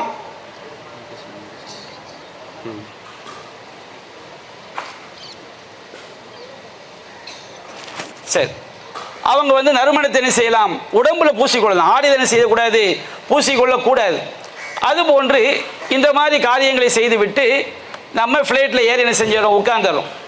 இப்போ இஹ்ராமுக்கு முன்னாடி, இஹ்ராமுடைய நிய்யத் வைப்பதற்கு முன்னாடி ஏதாவது தொழுகை இருக்கான்னு கேட்டால் எந்த தொழுகையும் என்ன செய்யாது, கிடையாது. அதே நேரத்தில் மார்க்கம் நமக்கு வழிகாட்டிய ஏதாவது ஒரு தொழுகைக்கு பிறகு நாம் வந்து இஹ்ராமுடைய நிய்யத் வைப்பது எனது சிறந்தது. நபிகள் நாயகம் ஸல்லல்லாஹு அலைஹி வஸல்லம் அவங்க வந்து ஒரு கடமையான தொழுகையை தொழுத பிறகு அவங்க என்ன செஞ்சாங்க, இஹ்ராமுடைய நிய்யத் என்ன செய்தார்கள், வைத்தார்கள். இப்போ ஆண்கள் வந்து இஹ்ராம் உடைய நியத் வைத்து விட்டார், ஆண்கள் வந்து இஹ்ராமுடைய நியத் வச்சுட்டாங்கன்னு வச்சுக்கிடுங்க. அவர்கள் வந்து ஆடையை பொறுத்த வரைக்கும் தையல் இல்லாத ஆடை, தையல் இல்லாத ஆடை நபிகள் நாயகம் சொல்லலை. நபிகள் நாயகம் ஸல்லல்லாஹு என்ன சொல்றாங்கன்னா, இஹ்ராம் உடைய நியத் வைத்தவர் என்னென்ன ஆடைகளை அணியக்கூடாது அப்படின்னு நபிகள் நாயகம் ஸல்லல்லாஹு அலைஹி வஸல்லம் அவங்கள்ட்ட கேட்கப்படும் போது நபிகள் நாயகம் ஸல்லல்லாஹு அலைஹி வஸல்லம் அவங்க சொன்னாங்க, இஹ்ராமுடைய நியத்து வைத்துட்டான்னு சொன்னோம்னா அவர் வந்து சட்டை அணியக்கூடாது, தலப்பாகை அணியக்கூடாது, நீளங்கி அணியக்கூடாது, அதே போன்று நறுமணம் பூசப்பட்ட பர்சு மற்றும் ஜாஃபரான் குங்குமப்பூ சாயம் நறுமணம் பூசப்பட்ட ஆடைகள் என்ன செய்யக்கூடாது, அணியக்கூடாது, காலுறை அணியக்கூடாது, பெண்கள் வந்து முகத்திரை அணியக்கூடாது, கையுறை அணியக்கூடாது. இப்படிலாம் ரசூல் ஸல்லல்லாஹு அலைஹி வஸல்லம் அணியக்கூடாத ஆடைகளை பற்றி சொன்னாங்க. பெண்களுக்கு ஆடைகளில் எந்த தடையும் கிடையாது. பெண்கள் வந்து முகத்திரை அணியக்கூடாது, கையுறை என்ன செய்யக்கூடாது, அணியக்கூடாது இஹ்ராமுடைய நியத்துக்கு பிறகு. ஆண்களை பொறுத்த வரைக்கும் சட்டை அணியக்கூடாது, தலப்பா அணியக்கூடாதுன்னு சொல்றாங்க பாருங்க. என்னுடைய கருத்து என்னன்னா, இப்போ நம்ம எந்த ஒரு ஆடை எடுத்துக்கிட்டாலும் அதில் வந்து பெயர் சொல்லக்கூடிய பாகங்கள் இருக்கும். இப்போ சட்டைன்னு எடுத்துன்னு வச்சுருங்க, இதுக்கு நம்ம சட்டை காதர் அப்படின்னு சொல்லுவோம், இதுக்கு வந்து கையின்னு சொல்லுவோம். அது மாதிரி நம்ம ஒரு பேண்ட் போடுறோம்னு சொன்னோம்னா இது வந்து வலது கால், இது இடது கால்னு சொல்லுவோம். இந்த மாதிரி பாகங்கள் குறிப்பிடக்கூடிய எந்த ஆடையும் என்ன செய்யக்கூடாது, அணியக்கூடாது. நபிகள் நாயகம் காலத்தில் என்ன செய்வாங்கன்னா, தலையை மறைக்கிற மாதிரி ஒரு ஆடை என்ன செய்வாங்க, மலை கோட்டு மாதிரி ஆடையெல்லாம் அணிவாங்க. நபிகள் நாயகம் முதல் புர்னுஸ் அந்த மாதிரி தலையை மறைக்கக்கூடிய ஆடைகளை அணியக்கூடாதுன்னு என்ன செஞ்சிருக்கிறாங்க, சொல்லி இருக்கிறாங்க. அப்போ ஆண்கள் எந்த ஆடை அணிய வேண்டும், ஆண்கள் வந்து ஒரு மேலாடை ஒரு கீழாடை, அந்த தையல் இல்லாத ஆடைகளை அவங்க என்ன செஞ்சுக்கலாம், அணிந்து கொள்ளலாம். ஆண்கள் தையல் இல்லாத ஆடைகளைத்தான் அணிய வேண்டும். அதே நேரத்தில் நம்ம இடுப்பில் போடுற பெல்ட்டில் தையல் இருந்தால் என்ன கிடையாது, பிரச்சனை கிடையாது. நீங்கள் வச்சிருக்கிற ஹேண்ட்பேக்கில் தையல் இருந்தால் பிரச்சனை கிடையாது. அதே போன்று ஆண்கள் வந்து காலுறை என்ன செய்யக்கூடாது, அணியக்கூடாது. அவங்க அந்த படத்தில் இருக்க செருப்பு இருக்கு பாருங்க, அந்த மாதிரி செருப்பு அணிவது சிறந்தது இஹ்ராமுடைய நியத்தை வச்சுட்டா. அல்லது நமக்கு நபிகள் நாயகம் சொல்லி காட்டுறாங்க, யாருக்கு வந்து செருப்பு கிடைக்கலையோ, இந்த மாதிரி செருப்பு கிடைக்கலையோ அவங்க என்ன செஞ்சுக்கலாம், நம்ம ஷூ என்ன செஞ்சுக்கலாம், அணிஞ்சிக்கலாம். ஆனால் அது அணிந்தால் அந்த ஷூ வந்து எப்படி இருக்குன்னு சொன்னோம்னா, நம்முடைய முழிக்கு மேலே உள்ள பகுதி இருக்கு பாருங்க, அதை வெட்டி எடுத்து விட வேண்டும் என்று நபிகள் நாயகம் ஸல்லல்லாஹு அலைஹி வஸல்லம் அவங்க நமக்கு சொல்லி காட்டுறாங்க. அப்போ நாம் வந்து இந்த மாதிரி விஷயங்களை என்ன செய்ய வேண்டும், பேணிக்கொள்ள வேண்டும். அதே போன்று நம்ம இந்தியாவிலிருந்து ஹஜ்ஜுக்கு போகக்கூடியவங்க பெரும்பாலும் 99% நாம் தமத்துவ முறையில் தான் ஹஜ்ஜை செய்வோம். ஹஜ்ஜில் 3 வகை இருக்குது. ஒன்று வந்து ஹஜ்ஜு இஃப்ராத், ஹஜ்ஜு இஃப்ராத் சொன்னோம்னா ஹஜ்ஜை மட்டும் செய்கிறது. இன்னொன்று ஹஜ்ஜே கிரான், ஹஜ்ஜே கிரான் சொன்னோம்னா ஒரே இஹ்ராமில் உம்ராவை செய்துவிட்டு இஹ்ராமிலிருந்து விடுபடாமல் ஹஜ்ஜை செய்கிறது. அது நம்ம விரிவாக நான் சொல்ல உங்களுக்கு புரிஞ்சிடும். 3வது ஹஜ்ஜே தமத்து.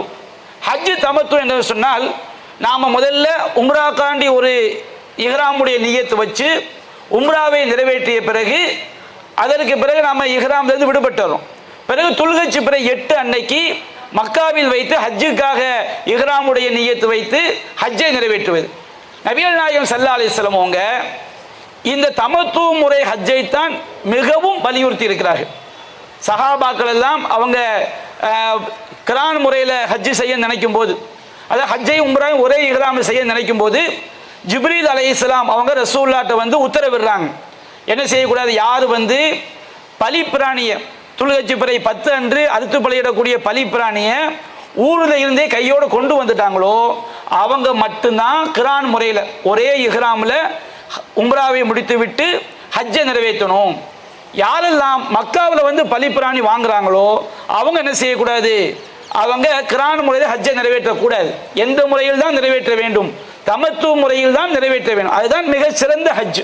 நபிகள் நாயகம் ஸல்லல்லாஹு அலைஹி வஸல்லம் அவங்க வந்து அதை ரொம்ப ரொம்ப என்ன செய்கிறாங்க, வலியுறுத்தி சொல்லி காட்டுறாங்க. அதனால் இந்தியாவிலிருந்து போகக்கூடிய அதிகமான ஹாஜிகள் 99% ஹாஜிகள் தமத்துவ முறையில் தான் செய்வாங்க, ஹஜ்ஜு செய்வாங்க. தமத்துவனா என்ன, நாம் இங்கேருந்து போகும்போது முதல்ல இஹ்ராமுடைய எல்லையில் நாம் உம்ராக்காண்டி இஹ்ராமுடைய நியத்து வச்சு உம்ராவை நிறைவேற்றி விட்டு அதற்கு பிறகு என்ன செய்வது, துல்ஹஜ் பிறை 8 வந்து ஹஜ்ஜுக்காக இஹ்ராமுடைய நியத்து வச்சு நாம் ஹஜ்ஜை நிறைவேற்றுவது. இப்போ நாம் இங்கேருந்து போகும்போது உம்ராவுக்கான நியத்து வைக்கிறோம். அந்த இஹ்ராமுடைய எல்லை வந்தவுடனே நாம் ஃப்ளைட்டில் இருப்போம். எலம்லமுடைய எல்லை வந்து நமக்கு அறிவிப்பாங்க, எல்லை வரப்போகுதுன்னு சொல்லி. நம்ம தூங்கிடக்கூடாது, ரொம்ப விழிப்பாக என்ன செய்ய வேண்டும், இருக்க வேண்டும். அந்த எல்லை வந்தவுடனே நாம் உம்ராவை மட்டும் செய்ய நாடினால் சப்தமாக ஆண்களும் பெண்களும் அந்த இடத்துல சப்தமாக லப்பைக்க உம்ரத்தன் அப்படின்னு சொல்லணும். அதுக்கு என்ன அர்த்தம்னா, இறைவா உம்ராவிற்காக நான் செய்து விட்டேன், ஆஜராகி விட்டேன். ஒரு சிலர் வந்து ஹஜ்ஜை மட்டும் துல்ஹஜ் 8 செய்ய ஆரம்பிக்கிறான் வச்சுருங்க, அவங்க இஹ்ராமுடைய எல்லைக்கு வந்து லப்பைக்க ஹஜ்ஜன் அப்படின்னு சொல்லுவாங்க. யார் பலிப்பிராணியை கையோடு கொண்டு போகிறாங்களோ அவங்க என்ன செய்வாங்க, அந்த எல்லையில் வச்சு லப்பைக்க ஹஜ்ஜம் உம்ரத்தன் அப்படின்னு சொல்லுவாங்க. இறைவா ஹஜ்ஜுக்காக உம்ராவுக்காக வந்து விட்டோம், ஆனால் இங்கிருந்து நாம் போகக்கூடிய நாம் வந்து தமத்துவ முறையில் செய்வதனால் நாம் முதல்ல உம்ராவை தான் நிறைவேற்ற போகிறோம். அப்போ அந்த எல்லையில் வைத்து லப்பைக்க உம்ரத்தன் அப்படின்னு நம்ம என்ன செய்யணும், சப்தமாக சொல்ல வேண்டும். இந்த சப்தமாக சொல்லிவிட்டால் நாம் எதுக்குள்ளே நுழைஞ்சிட்டோம், உம்ராங்கிற வணக்கத்துக்குள்ளே நுழைஞ்சிட்டோம். நாம் நினைக்கிறோம் உம்ரா என்பது மக்காவில் போய் மட்டும் செய்யக்கூடிய செயல் அல்ல, அந்த எல்லையில் வைத்தே ஆரம்பமாகி விடுகிறது. லப்பைக்க உம்ரத்தன், இறைவா உம்ராக்காக நான் வந்து விட்டேன் என்று சொன்ன உடனேயே நாம் உம்ராக்குள்ள நுழைஞ்சிடறோம். நாம் உம்ராவிற்குள் நுழைந்து விட்டோம், இஹ்ராமிற்குள் நுழைந்து விட்டோம் என்று சொன்னால் நமக்கு சில செயல்கள் தடை செய்யப்பட்டு விட்டது. என்ன செயல்கள்?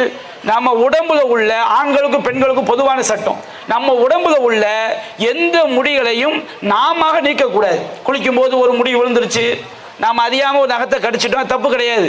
ஆனால் நாம வேண்டுமென்றே உடலில் உள்ள எந்த முடிகளையும் நீக்கக்கூடாது. அல்லாஹ் ரப்பல் ஆலமீன் திருமறை குர்ஆனில் சொல்லி காட்டும் போது தொழுகைச் பிறை 10 அல்லாஹ் சொல்லும் போது சும்மலி யக்குலு தஃபஸஹும், அவர்கள் தங்கள் உடம்பில் உள்ள அந்த அழுக்குகளை நீக்கட்டும் அல்லாஹ் சொல்றான். எப்போ அல்லாஹ் சொல்றான்? ஹஜ்ஜில் உள்ளவங்களுக்கு தொழுகைச் பிறை 10 சொல்றான். அப்போ உடம்புல உள்ள அழுக்கு, தஃபஸ் அப்படிங்கிற வார்த்தைக்கு என்ன அர்த்தம் சொல்றாங்கன்னா, உடம்புல உள்ள முடிகளை நீக்குவது, அக்குள் பகுதியில் உள்ள முடிகள், மர்மஸ்தானத்தில் உள்ள முடிகள், உடம்புல உள்ள ஏதாவது முடிகளை நீக்குவது, நகங்களை வெட்டுவது, இந்த மாதிரி செயல்களுக்கு தான் தஃபஸ் என்ன செய்வாங்க, சொல்லுவாங்க. அப்போ அல்லாஹ் வந்து ஹஜ்ஜில் அந்த தஃபஸை எப்போ நீக்கணும் அல்லாஹ் சொல்றான்?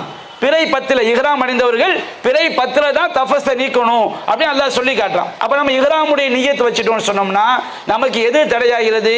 ஆண்களுக்கும் பெண்களுக்கும் உடம்பில் உள்ள நகத்தை வெட்டுவதோ அல்லது ஏதாவது முடிகளை நீக்குவதோ செய்யக்கூடாது. நாம் அறியாமல் குளிக்கும் போது விழுந்துட்டுன்னு வச்சுக்கிறீங்க, அது தப்பு இல்லை. அதுபோன்று நறுமணம் பூசக்கூடாது. நபிகள் நாயகம் ஸல்லல்லாஹு அலைஹி வஸல்லம் வலா யல்பஸுல் முஹ்ரிமு சௌபம் மஸ்ஸவு அல் வர்ஸு ஸஅஃபரான், வர்ஸுங்கிற நறுமண செடி, ஸஅஃபரான்ங்கிற நறுமணம் பூசப்பட்ட ஆடைகளை வந்து ஒரு இஹ்ராமுடைய நியத்து வைத்தவர் அணியக்கூடாதுன்னு சொல்ல தடுத்திருக்கிறாங்க. ஒரு ஆள் வந்து இஹ்ராமுடைய நிலையில மௌத்தாயிட்டார். அப்போ அவருக்கு கஃபன் எடுப்போம் போது ஜனாசா குளிப்பாட்டும் போது நபிகள் நாயகம் சொன்னாங்க, வலா துகர்ரிபுஹு தீபா, அவருக்கு நறுமணத்தை என்ன செய்யாதீங்க, அவர்கிட்ட கொண்டு போயிடாதீங்க, நறுமணம் பூசி அவர் என்ன செய்யாதீங்க, குளிப்பாட்டாதீங்க அப்படின்னு சொன்னாங்க. அப்போ இஹ்ராமுடைய நியத்து வைத்து விட்டால் நறுமணம் பூசக்கூடாது. ஆனால் நாம் இஹ்ராமுடைய நியத்து வைக்கிறதுக்கு முன்னாடி உடம்புல பூசுற நறுமணம் இருக்கு பாருங்க, அது இஹ்ராமுக்கு பிறகு இருந்தா தப்பு கிடையாது. ஆயிஷா ரலியல்லாஹு அன்ஹா சொல்லி காட்டுறாங்க, நான் வந்து நபிகள் நாயகம் ஸல்லல்லாஹு அலைஹி வஸல்லம் அவங்க இஹ்ராமுடைய நியத் வைப்பதற்கு முன்பாக அவங்களுடைய உடம்புல நறுமணம் பூசிவிட்டேன், அந்த நறுமணத்துடைய வடு அவங்க இஹ்ராமுடைய நியத் வச்ச பிறகு நெற்றியில் மின்னி கொண்டிருந்ததை நான் பார்த்தேன் அப்படின்னு ஆயிஷா ரலியல்லாஹு அன்ஹா செய்றாங்க, சொல்லி காட்டுறாங்க. அப்ப இஹ்ராமுக்கு முன்னாடி நறுமணம் பூசினால் அந்த நறுமணம் இஹ்ராமுக்கு பிறகு இருக்கலாம், ஆனால் இஹ்ராமுக்கு பிறகு நறுமணம் பூசக்கூடாது. அப்படி நம்ம அறியாமல் பூசிட்டோம்னு சொன்னோம்னா அந்த இடத்தை என்ன செஞ்சிடணும், 3 தடவை நன்றாக கழுவி விட வேண்டும். அதுபோன்று இஹ்ராமுடைய நியத்தை வைத்து விட்டால் வேட்டையாடக்கூடாது. இந்த பிரச்சனை நமக்கு அதிகமாக வராது, இதுதான் சட்டத்தை தெரிந்து கொள்ள வேண்டும். அல்லாஹ் ரப்பல் ஆலமீன் இஹ்ராமுடைய நியத்தை வைத்த பிறகு கடலில் வேட்டையாடுவது நமக்கு ஹலால் ஆக்கி இருக்கின்றான். அதே நேரத்தில் வஹுர்ரிம அலைக்கும் ஸைதுல் பர்ரி மா தும்தும் ஹுர்மா, அதாவது உங்களுக்கு நீங்கள் இஹ்ராமுடைய நிலையில் இருக்கும்போது தரையில் வேட்டையாடுவது தடை செய்யப்பட்டிருக்கிறது. அதுபோன்று இஹ்ராமுடைய நியத் வச்ச பிறகு திருமணம் செய்து கொள்ளக்கூடாது, திருமணம் முடித்து வைக்கக்கூடாது, ஒரு பொண்ணுக்கு மாப்பிள்ளை பார்க்கறதோ ஒரு மாப்பிள்ளைக்கு பொண்ணு பார்க்கறதோ செய்யக்கூடாது. நபிகள் நாயகம் ஸல்லல்லாஹு அலைஹி சொல்லி காட்டுறாங்க, லா யன்கிஹுல் முஹ்ரிமு வலா யுன்கஹு வலா யஹ்தபு, ஒரு முஹ்ரிம் இஹ்ராமுடைய நியத் வைத்தவர் அவர் திருமணம் முடித்து கொள்ளக்கூடாது. ஹஜ்ஜுக்கு போகிறோம், திருமணம் செய்யக்கூடிய வாய்ப்பு, திருமணம் முடிச்சிடக்கூடாது. அதே மாதிரி திருமணம் முடித்து வைக்கக்கூடாது, தன்னுடைய மகளை இன்னொரு திருமணம் முடித்து வைக்கக்கூடாது, பெண் பேசவும் கூடாது இஹ்ராமுடைய நிலையில். அப்போ இந்த மாதிரி பேச்சுகளை செய்யக்கூடிய இருக்கக்கூடாது.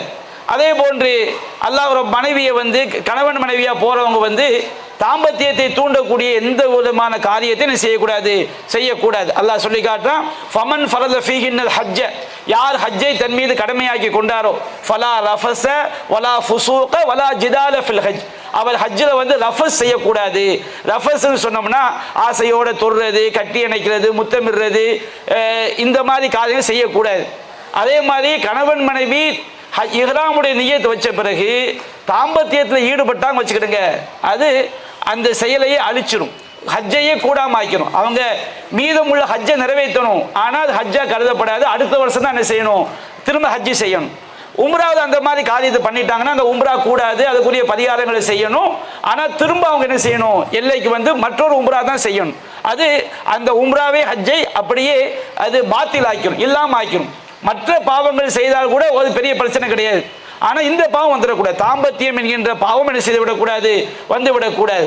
அதே போன்று ஆண்கள் வந்து தலையை மறைக்கிறது செய்யக்கூடாது. இஹ்ராமுடைய நிய்யத்தில் இருக்கு, இஹ்ராமுடைய நிய்யத்தை வச்சுட்டோம்னு சொன்னோம்னா அந்த எல்லையில இருந்து எதம்ங்கிற எல்லையில இருந்து நாம உம்ராவை செஞ்சு முடிக்கிற வரைக்கும் ஆண்கள் என்ன செய்யக்கூடாது, தலையை மறைக்கக்கூடாது. நபிகள் நாயகம் ஸல்லல்லாஹு அலைஹி வஸல்லம் வயல் புர்னுஸ், ஆண்கள் வந்து தலையை மறைக்கக்கூடிய ஆடை அணியக்கூடாது என்ன செஞ்சிருக்கிறாங்க, தடுத்து இருக்கிறாங்க. அதே போன்று இஹ்ராமுடைய நிலையில ஒருவர் மரணித்து விடுகிறார், அவருக்கு கஃபன் செய்யும் போது வலா துகத்தி ரஸஹு, அவருடைய தலையை மறைக்காதீர்கள், அவர் வந்து மறுமை நாளில் வந்து தல்பியா சொன்னவராக எழுப்பப்படுவார் அப்படின்னு நபிகள் நாயகம் ஸல்லல்லாஹு அலைஹி வஸல்லம் சொல்லி இருக்கிறாங்க. அதே போன்று பெண்கள் வந்து நிக்காப் என்ன செய்யக்கூடாது, முகத்தை மறைக்கக்கூடிய ஆடைகள் அணியக்கூடாது, கையுறை அணியக்கூடாது. அவங்களுக்கு ஏதாவது ஒரு சூழலில் வந்து முகத்தை மறைத்தாகணும்னு கட்டாயம் ஏற்பட்டா தலையில் அணிந்திருக்கக்கூடிய தலை முக்காட்டை வச்சு அவங்க மறைத்துக் கொள்ளலாமே தவிர முகத்தை மறைக்கக்கூடிய துணி அவங்க என்ன செய்யக்கூடாது, அணியக்கூடாது. அதே மாதிரி ஆண்கள் வந்து காதுரை என்ன செய்யக்கூடாது, அணியக்கூடாது, ஷூ போடக்கூடாது, காதுரை அணியக்கூடாது. அதே போன்று நமக்கு வந்து செருப்பு கிடைக்கிறதுன்னு சொன்னோம்னா என்ன செஞ்சுக்கலாம், காலை மூடக்கூடியவாறு உள்ள அந்த ஷூவை நாம் அணிந்து கொள்ளலாம். ஆனால் அது வந்து கரண்டை முழி இருக்கு பாருங்க, அந்த முழிக்கு மேலே வரக்கூடாது, அதை வெட்டி என்ன செய்து விட வேண்டும், எடுத்து விட வேண்டும். இதெல்லாம் இஹ்ராமுடைய நிய்யத் வைத்தவர் செய்யக்கூடாது. ஆண்களுக்கு மட்டும் உள்ள, ஆண்களுக்கும் பெண்களுக்கும் உள்ள விஷயம் என்னன்னா, அவங்க உடம்புல உள்ள எந்த முடியை நீக்கக்கூடாது, நறுமணம் பூசக்கூடாது, வேட்டையாடக்கூடாது, திருமணம் செய்வதோ திருமண ஒப்பந்தம் செய்வதோ பெண் பேசுவதோ செய்யக்கூடாது. அதே போன்று ஆண்களுக்கு மட்டும் உள்ளது என்னன்னா, ஆண்கள் என்ன செய்யக்கூடாது, தையல் ஆடைகளை அணியக்கூடாது, தலை என்ன செய்யக்கூடாது, மறைக்கக்கூடாது. அதுபோன்று ஆண்களும் பெண்களும் காதுரை என்ன செய்யக்கூடாது, அணியக்கூடாது. காதுரை செருப்பு தான் அணியணும், செருப்பு கிடைக்கவில்லை என்றால் அவங்க செஞ்சுக்கலாம், காதுரை அணிந்து கொள்ளலாம். அந்த காதுரை முழிக்கு மேலே என்ன செய்யக்கூடாது, வரக்கூடாது, வேட்டையாடக்கூடாது, பெண்கள் முகத்தை மறைக்கக்கூடாது, கையுறை அணியக்கூடாது. இதை நம்ம மனசில் வச்சுக்கணும். இவையெல்லாம் இஹ்ராமுடைய நிலையில செய்யக்கூடாத விஷயங்கள். இஹ்ராம்னா என்ன அர்த்தம், தடை. அப்ப இதெல்லாம் நமக்கு என்ன செய்கிறது, தடையாகிறது. அடுத்து வந்து நாம உம்ராக்கு போறோம், ஹஜ்ஜுக்கு போறோம், ஹரமுடைய எல்லைகளை நாம விளங்கிக் கொள்ள வேண்டும். ஹரம் என்பது கஅபா என்பது தனி, புனித எல்லைகள் ஒன்று இருக்கு. புனித எல்லைகள் வந்து நீங்க பாத்தீங்கன்னு சொன்னோம்னா அரஃபா இருக்கு பாருங்க, அரஃபா வந்து புனித எல்லைக்கு வெளியே இருக்கு. மினா, முஸ்தலிஃபா இது எல்லாமே புனித எல்லைகளுக்கு உள்ள இருக்குது. அப்ப அந்த புனித எல்லைகள் எவ்வளவு, எத்தனை கிலோமீட்டர் என்பதை நம்ம என்ன செஞ்சுக்கணும், தெரிந்து கொள்ள வேண்டும். அந்த புனித எல்லைகளுக்குள்ள சில சட்டங்கள் இருக்கு. என்ன சட்டம், இப்போ நாம இஹ்ராமுடைய நிலையில இருந்தாலும் இஹ்ராமுடைய நிலையில இல்லாம இருந்தாலும் நம்ம அந்த புனித எல்லைகளுக்குள்ள பேண வேண்டிய விஷயங்கள் இருக்குது. நபிகள் நாயகம் ஸல்லல்லாஹு அலைஹி சொல்லி காட்டுறாங்க. புகாரில 1834வது செய்தியா பதிவு செய்யப்பட்டு இருக்கிறது. அல்லாஹ் வானம் பூமியை படைச்ச காலத்திலேயே இந்த பகுதியை புனித எல்லையா அல்லாஹ் என்ன செஞ்சுட்டான், நிர்ணயிச்சுட்டான். அப்ப அந்த புனித எல்லைன்னு சொன்னோம்னா அங்க என்ன செய்யக்கூடாது, அங்க உள்ள முள்ள என்ன செய்யக்கூடாது, முட்களை பிடுங்கக்கூடாது. நாம அந்த புனித எல்லைக்குள்ள போயிட்டோம்னு சொன்னோம்னா அங்க முள் செடிகள் இருக்கும், நாம அதை என்ன செய்யக்கூடாது, பிடுங்கக்கூடாது.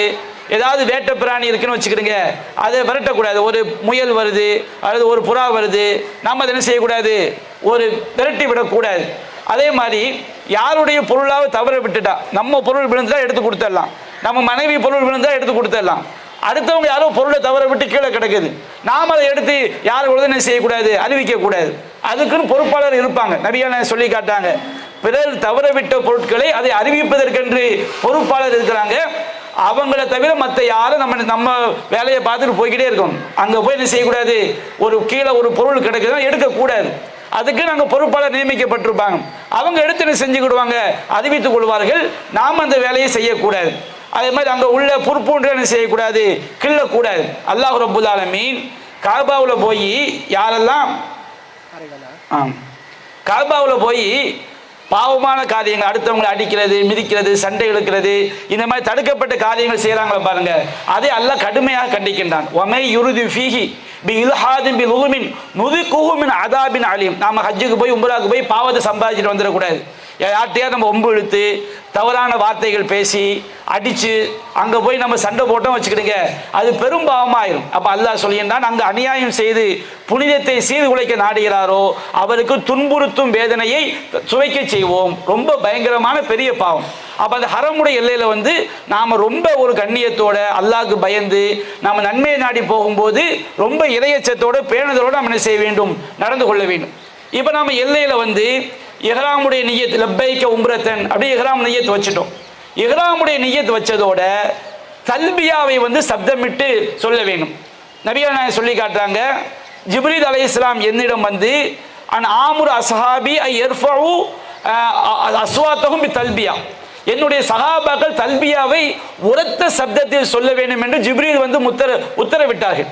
அதுமாதிரி நபிகள் நாயகம் சொன்னாங்க, நான் யார் ஒருவர் தல்பியா சொல்றாரோ அவருடைய வலப்புறமும் இடப்புறமும் உள்ள எல்லா விஷயங்களும் கியாமத் நாள் வரை அது வந்து தல்பியாவை முழங்கி கொண்டே இருக்கும். அப்போ அவ்வளவு பெரிய பாக்கியம் அந்த தல்பியாவில் இருக்குது. பெண்களை பொறுத்த வரைக்கும் ஆண்களோடு கலந்து இருந்தாங்கன்னு சொன்னோம்னா அவங்க உரத்த சப்தம் சொல்லக்கூடாது. பெண்கள் சபையாக மட்டும் இருக்கும் என்று சொன்னால் அவங்க என்ன செஞ்சுக்கலாம், உரத்த சப்தத்தோடு சொல்வது சிறந்தது. ஆண்கள் கலந்து இருந்தாங்கன்னா நம்முடைய சப்தம் ஆண்களை நம்மை நோக்கி திருப்பக்கூடிய வகையில் என்ன செய்யக்கூடாது, பெண்கள் சப்தத்தை உயர்த்தி சொல்லக்கூடாது. இந்த தல்பியா எங்கேருந்து ஆரம்பிக்குது, இஹ்ராமுடைய எல்லையிலிருந்து ஆரம்பிக்குது. நீங்கள் ஃப்ளைட்டில் போகும்போதே இஹ்ராமுடைய எல்லை வந்துச்சுன்னு சொல்லுவாங்க. அப்போ நம்ம லப்பைக்க உம்ரத்தன் அப்படின்னு சொல்லிடுவோம். சொன்ன பிறகு தல்பியாவை நாம் சப்தமிட்டு சொல்ல ஆரம்பிக்கணும். நாம் வந்து தொழக்கூடிய நேரங்கள், பாத்ரூம் போகக்கூடிய நேரங்கள், ரொம்ப அசதியாக தூங்குகிற நேரங்கள் தவிர தல்பியாவை சப்தமிட்டு என்ன செய்யணும், சொல்லிக்கொண்டே இருக்கணும். அதை சோர்ந்து விடக்கூடாது. தல்பியாவுடைய வாசகங்கள் என்ன, லப்பைக் அல்லாஹும்ம லப்பைக் லப்பைக் லா ஷரீக லக லப்பைக் இன்னல் ஹம்த வன் நிஅமத லக வல் முல்க் லா ஷரீக லக். இது தல்பியாவுடைய வாசகங்கள். இது உங்களுக்கு தருவாங்க, நீங்கள் நல்ல மனப்பாடம் பண்ணிக்கணும். லப்பைக் இறைவா இதோ நான் வந்து விட்டேன், ஆஜராகி விட்டேன். அல்லாஹும்ம லப்பைக் அல்லாஹ்வே நான் ஆஜராகி விட்டேன். லப்பைக் இறைவா நான் ஆஜராகி விட்டேன். லா ஷரீக லக் உனக்கு எந்த இணையும் கிடையாது. லப்பைக் இறைவா நான் ஆஜராகி விட்டேன். இன்னல் ஹம்த எல்லா புகழும், வன் நிஅமத எல்லா அருட்கொடைகளும், லக வல் முல்க் எல்லா அதிகாரமும் உனக்கே உரியது. ஹம்துனா புகழ், நிஅமத்னா அருட்கொடை, வல் முல்க்னா அதிகாரம். எல்லா அதிகாரமும் எல்லா புகழும் எல்லா அருட்கொடைகளும் உனக்கே உரியது. நாங்கள் எல்லாமே அல்லாஹ்வின் பக்கம் தேவை உடையவர்கள். இறைவா நீ தான் எல்லாவற்றுக்கும் சொந்தக்காரன். லா ஷரீக உனக்கு எந்த இணையும் இல்லை என்கின்ற இந்த தல்பியாவுடைய வாசகங்களை அதனுடைய அர்த்தத்தை உள்ளத்தை பதிய வச்சு அந்த மீனிங்கை நம்ம என்ன செய்யணும், அந்த தல்பியாவை சொல்ல வேணும். அதுதான் ஹஜ் என்பது தௌஹீதுடைய முழக்கம் தான். அப்போ இந்த தல்பியாவை நாம் நல்ல மனப்பாடம் பண்ணி இஹ்ராமுடைய எல்லையிலிருந்து தல்பியாவை சொல்ல ஆரம்பிக்கிறோம். நாம் டாய்லெட் போக வேண்டிய அவசியம், தூங்க வேண்டிய அவசியம் ரொம்ப ஏற்படுதுன்னு வச்சுக்கிடுங்க. ரொம்ப சோர்வாக இருக்குது, நிறுத்திக்கலாம். ஆனால் சொல்லிக்கொண்டே இருப்பது எனக்கு சிறந்தது. தல்பியாவை எது வரைக்கும் சொல்லணும், 2 இடம் வரை சொல்லணும். ஒன்று வந்து மக்காவில் உள்ள கட்டிடங்களை பார்க்கும்போது தல்பியாவை நிறுத்தி கொள்ளலாம். நபிகள் நாயகம் ஸல்லல்லாஹு அலைஹி வஸல்லம் 2 விதமாக நமக்கு என்ன செஞ்சிருக்கிறாங்க, சொல்லி தந்திருக்கிறாங்க. மக்காவில் உள்ள கட்டிடங்களை பார்த்தோன்னே தல்பியாவை நிப்பாட்டிக்கணும். அல்லது நீங்கள் விரும்புனா கஅபாவை கண்ணில் பார்க்குற வரைக்கும் என்ன செய்யணும், தல்பியாவை சொல்லிட்டு கஅபாவை கண்ணில் பார்த்தோன்னே தல்பியாவை நம்ம என்ன செஞ்சுக்கிறோம், நிறுத்திக்கிறோம். கஅபாவை கண்ணில் பார்த்தோன்னே நாம் அங்கே என்ன உம்ராவுடைய மற்ற வணக்கங்களை நம்ம என்ன செய்ய போகிறோம். இப்போ நீங்கள் மக்காவுக்கு போயிட்டீங்க, மக்காவுடைய கட்டிடங்களை பார்த்துட்டீங்க. பார்த்த உடனே தல்பியா நிப்பாட்டிட்டு நீங்கள் உம்ராவுடைய மற்ற செயல்களை செய்கிறதுக்கு முன்னாடி கஅபாக்குள்ளே, அதாவது மக்காவுக்குள்ளே நுழைவதற்கு முன்பாக, மக்காவுடைய என்ற நகரத்துக்குள்ளே நுழைவதற்கு முன்பாக குளிக்க முடிந்தால் குளித்துக் கொள்ளலாம். குளிக்காத தப்பு ஒன்றும் கிடையாது. ஆனால் குளிக்க முடிந்தால் நாம் குளிச்சுட்டு மக்காவுக்குள்ளே நுழைவது எனக்கு சிறந்தது. இப்போ நீங்கள் இஹ்ராமுடைய ட்ரெஸ் வச்சுருக்கிறீங்க, நீங்கள் குளிச்சுட்டு திரும்ப என்ன செய்கிறீங்க, தலையை தோட்டுறதுக்கு நீங்கள் துண்டை வச்சு தையல் ஆடைகள் தோட்டினா தப்பு கிடையாது. தையல் ஆடை என்ன செய்யக்கூடாது, அணியக்கூடாது. தலை என்ன செய்யக்கூடாது, மூடக்கூடாது. அப்போ ஒரு இஹ்ராம் ட்ரெஸ் 2 ட்ரெஸ் இருக்குன்னு வச்சுக்கிடுங்க. ஒன்று குளித்த பிறகு இன்னொன்று மாற்றி என்ன செஞ்சுக்கலாம், உடுத்தி கொள்ளலாம். ஆனால் தையல் ஆடையை அணிந்து விடக்கூடாது. அது மாதிரி குளிக்கும் போது எந்த நறுமண சோப்புகளை பயன்படுத்திடக்கூடாது, ஷாம்பு என்ன செஞ்சிடக்கூடாது, பயன்படுத்திடக்கூடாது. நம்ம இஹ்ராமிலிருந்து விடுபடுற வரைக்கும் நறுமணத்தை வந்து நம்ம மோந்து பார்க்கறது, நறுமண சோப்புகளை பயன்படுத்துறது. பாங்க சொல்லிடுவோமா, இதை முடிச்சு நம்ம தானே இருக்கு, நம்ம இதை முடிச்சுட்டு பாங்க சொல்லி தொழுகை வச்சுக்கணும். இங்கே தானே தொழுகை, நம்ம இதை முடிச்சு இப்போ நம்ம மக்காவில் என்ன செய்கிறோம், நுழையிறதுக்கு முன்னாடி குளித்துக் கொள்ளலாம். அதே போன்று நீங்கள் வந்து சுபு நேரத்தில் சுபு தொழுதுட்டு வெளியே மக்காவுக்கு வெளியே சுபு தொழுட்டு மக்காவுக்குள்ளே நுழைய விரும்பினா செய்து கொள்ளலாம், ஆனால் கட்டாயம் கிடையாது. அதே மாதிரி நாம் காபாக்குள்ளே நுழையும் போது நாம் பள்ளிவாசலுக்குள் நுழையும் போது ஓதக்கூடிய துவா ஓதிக்கும், வேறு எந்த விஷயம் கிடையாது. அல்லாஹும் அஃப்தாலி அபுவாப ரஹ்மதிக்க. நம்ம காபாக்குள்ளே நுழைஞ்சோடனே அங்கே முதல்ல நாம் தவாஃபு தான் செய்யணும், சரிங்களா? இப்போ இந்த உம்ராவுடைய பிற சட்டங்களை நாம் இன்ஷா அல்லாஹ் ரொம்ப வேகமாக செஞ்சிடலாம், கொண்டு போயிடலாம். மக்ரிப் தொழுகையை முடித்த பிறகு அடுத்த அமர் கொஞ்சம் சீக்கிரமாக வந்துட்டிங்கன்னா நாம் என்ன செஞ்சிடலாம், மற்ற சட்டங்களை விளங்கக்கூடிய வகையில் நாம் என்ன செய்யலாம், விரைவாக பார்த்து விடலாம் இன்ஷா அல்லாஹ். இப்பொழுது மக்ரிப் தொழுகைக்கான இடைவேளை விடப்படுகிறது. எத்தனை மணிக்கு அடுத்து ஆரம்பிப்போம்? 6:45 ஆரம்பமாயிரும். அதான் நீங்கள் என்ன செஞ்சிருங்க, சரியாக 6:45 உங்கள் இருக்கைகளில் வந்து அமர்ந்துக்கிடுங்க. இப்பொழுது மக்ரிப் தொழுகைக்கான இடைவேளை.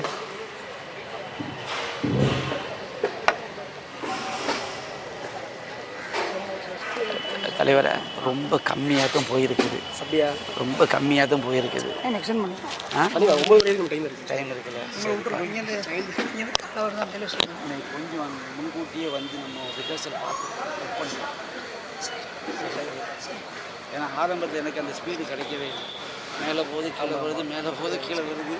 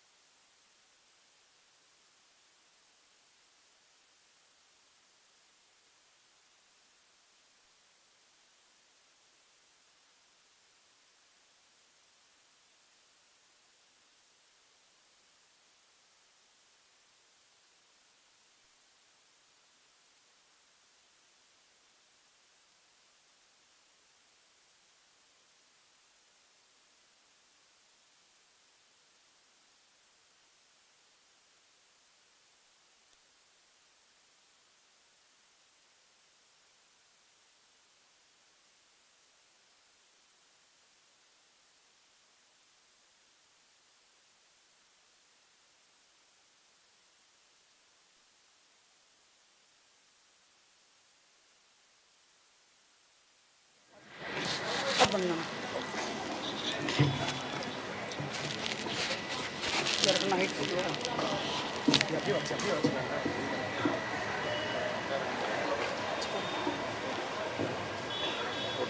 ஓகே.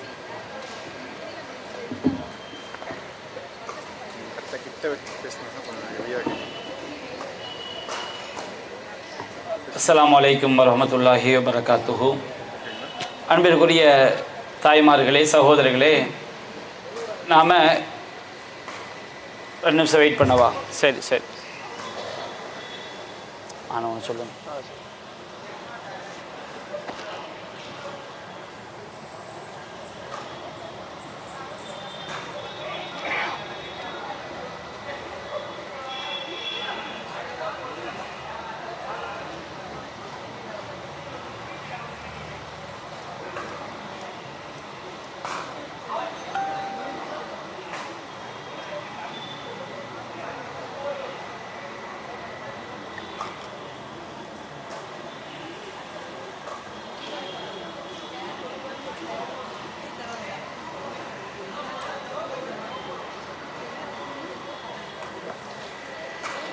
அஸ்ஸலாமு அலைக்கும்.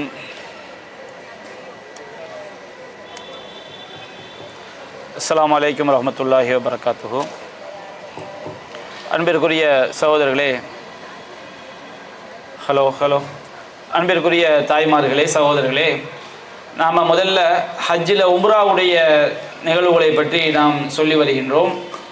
இப்போ நாம் மக்காவை பார்த்தவுடன் தல்பியாவை நிறுத்திவிட்டு மக்காவிற்குள் நுழைவதற்கு முன்பாக குளித்துக் கொள்வது சுன்னத். குளிக்காமல் இருக்கிறதுனால குற்றம் கிடையாது, குளிக்கிறது எனது சுன்னத். இதில் வந்து இன்னொரு விஷயம் என்னென்னு சொன்னோம்னா, பெண்கள் அவங்க இஹ்ராமுடைய எல்லையில் வைத்து இஹ்ராமுக்காக நியத்து வைக்கும் பொழுது அவங்களுக்கு மாதவிலக்கு போன்ற பிரச்சனைகள் ஏற்படும் என்று சொன்னால் ஹலோ அவங்க இஹ்ராமுக்காக தயாராகும்போது ஹலோ பெண்கள் வந்து இஹ்ராமுக்காக தயாராகும்போது அவர்களுக்கு மாதவிலக்கு ஏற்பட்டுவிடும் என்று சொன்னால் அவங்க பிரச்சனை இல்லை. அவங்க என்ன செய்யலாம், அவங்க இஹ்ராமுடைய நியத்தை குளித்து விட்டு அவங்க வந்து அந்த மாதவிலக்கிலிருந்து என்னென்ன பஞ்சுகளை பயன்படுத்துவாங்களோ அதற்காக அந்த பஞ்சுகளை வைத்து அந்த பஞ்சுகளை கட்டி கொண்டு அவங்க இஹ்ராமுடைய நியத்தை தல்பியா சொல்லி கொண்டே வர வேண்டும். லப்பைக்க உம்ரத்தன் அப்படி இஹ்ராமுடைய நியத்தை வச்சுட்டு அந்த எல்லையிலிருந்து அவங்க தல்பியா சொல்லி கொண்டே வர வேண்டும். இஹ்ராமுடைய நியத்து வைத்தவர்கள் என்னென்ன செய்யக்கூடாதோ அது எல்லாமே அவங்களுக்கு வந்துடும். மக்காவுக்கு வந்த பிறகு அவங்க காபாக்குள்ளே என்ன செய்யக்கூடாது, நுழையக்கூடாது. அவங்க மாதவிலக்கிலிருந்து தூய்மை அடைந்த பிறகு அவங்க இஹ்ராம் நீடிப்பாங்க. உம்ரா செஞ்ச பிறகு தான் அவங்க என்ன செய்யணும், இஹ்ராமிலிருந்து அவங்க என்ன செய்ய வேண்டும், விடுபட வேண்டும். இதை வந்து பெண்களுக்குரிய தனி சட்டமாக நாம் விளங்கிக் கொள்ள வேண்டும். இப்போ மக்காக்குள்ளே வந்தவுடனே காபாவில் போய் நாம் வந்து உம்ராவை செய்ய ஆரம்பிக்கிறோம். காபாவில் வந்து நாம் முதலில் காபாக்குள்ளே நுழைந்தவுடன் நாம் பள்ளியாசர்கள் நுழைஞ்ச தஹியத்துல் மஸ்ஜித் தொழுவோம். காபாக்குள்ளே போய் தஹியத்துல் மஸ்ஜித் என்பது கிடையாது. காபாக்குள்ள தஹியத் என்பது காபாவிற்குரிய காணிக்கை என்பது நாம் தவாஃப் செய்கிறது தான். அப்போ நாம் முதலாக உம்ராவுக்கு போன பிறகு நாம் முதலாவது செய்யக்கூடிய தவாஃபுக்கு பேர் தவாஃபுல் குதூம்னு சொன்னால் வருகை தந்ததற்காக செய்யக்கூடிய தவாஃப். நாம் ஹஜ்ஜில் வந்து 10வது நாள் தவாஃப் இருக்குது. மக்கா விட்டு வெளியே வரும்போது ஒரு தவாஃப் இருக்குது ஹஜ்ஜில். உம்ராவை வந்து உம்ராவின் போது செய்யக்கூடிய தவாஃப் மட்டும்தான். அந்த 10வது நாள் செய்யக்கூடிய தவாஃபுக்கும் இந்த தவாஃபுக்குரிய சட்டங்கள் தான், சின்ன வித்தியாசம் இருக்குது. அதே மாதிரி மக்காவை விட்டு வெளியே வரும்போது இறுதியாக செய்யக்கூடிய தவாஃபுல் விதா என்று சொல்வார்கள். அதற்கும் இதே சட்டம் தான், சின்ன வித்தியாசங்கள், ஒரு சில சட்டங்கள் மாறும். ஆனால் பொதுவாக தவாஃபுக்குரிய நாம் இப்போ சொல்லக்கூடிய சட்டங்கள் தான் 10வது நாள் செய்யக்கூடிய தவாஃப். அதற்கு பேர் தவாஃபுல் இஃபாதா. நம்ம உம்ராவுக்கு போனோன்னு செய்யக்கூடிய தவாஃபுக்கு பேர் தவாஃபுல் குதும். துல்ஹஜ் பிறை 10 அன்று செய்யக்கூடிய தவாஃபுக்கு பேர் தவாஃபுல் இஃபாதா அல்லது தவாஃபுல் ஜியாரா. நாம் மக்கா விட்டு வெளியே வரும்போது கடைசியாக செய்யக்கூடிய ஒரு தவாஃப் இருக்குது. தவாஃப்னா காபாவை சுற்றுறது, அது தவாஃபுல் விதா, விடைபெறக்கூடிய தவாஃபுன்.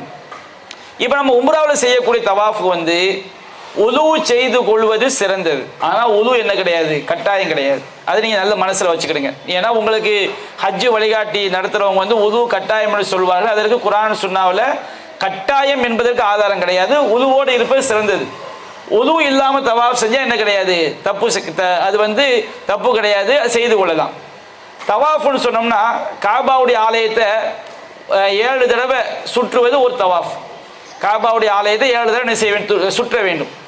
இப்போ ஆண்கள் மட்டும் முத காபாத்துல்லாவில் போய் தவாஃப் செய்யும் போது அவங்க வந்து தங்களுடைய மேலாடையை வந்து வலது தோல் புஜம், இந்த வலது தோல் புஜம் இருக்கு பாருங்க, வலது தோல் புஜம் மட்டும் தெரிகிற மாதிரி தங்களுடைய வலது தோல் புஜத்தை கீழே கொண்டு வந்து மேலே என்ன செய்ய வேண்டும், இவ்வாறு போட்டுக்கொள்ள வேண்டும்.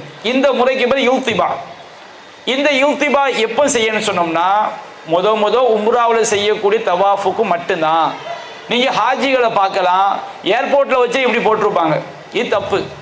தொழும்போது என்ன செய்வாங்க, இந்த மாதிரி வச்சுக்கிட்டு தொழுவாங்க. அது தொழுகையை பாதிச்சிடும். நபிகள் நாயகம் ஸல்லல்லாஹு அலைஹி வஸல்லம் ஆண்கள் தோல் புஜத்தை மறைக்காமல் தொழக்கூடாதுன்னு சொல்லியிருக்காங்க. தோல் புஜத்தை மறைச்சு தான் என்ன செய்யணும், தொழ வேண்டும்.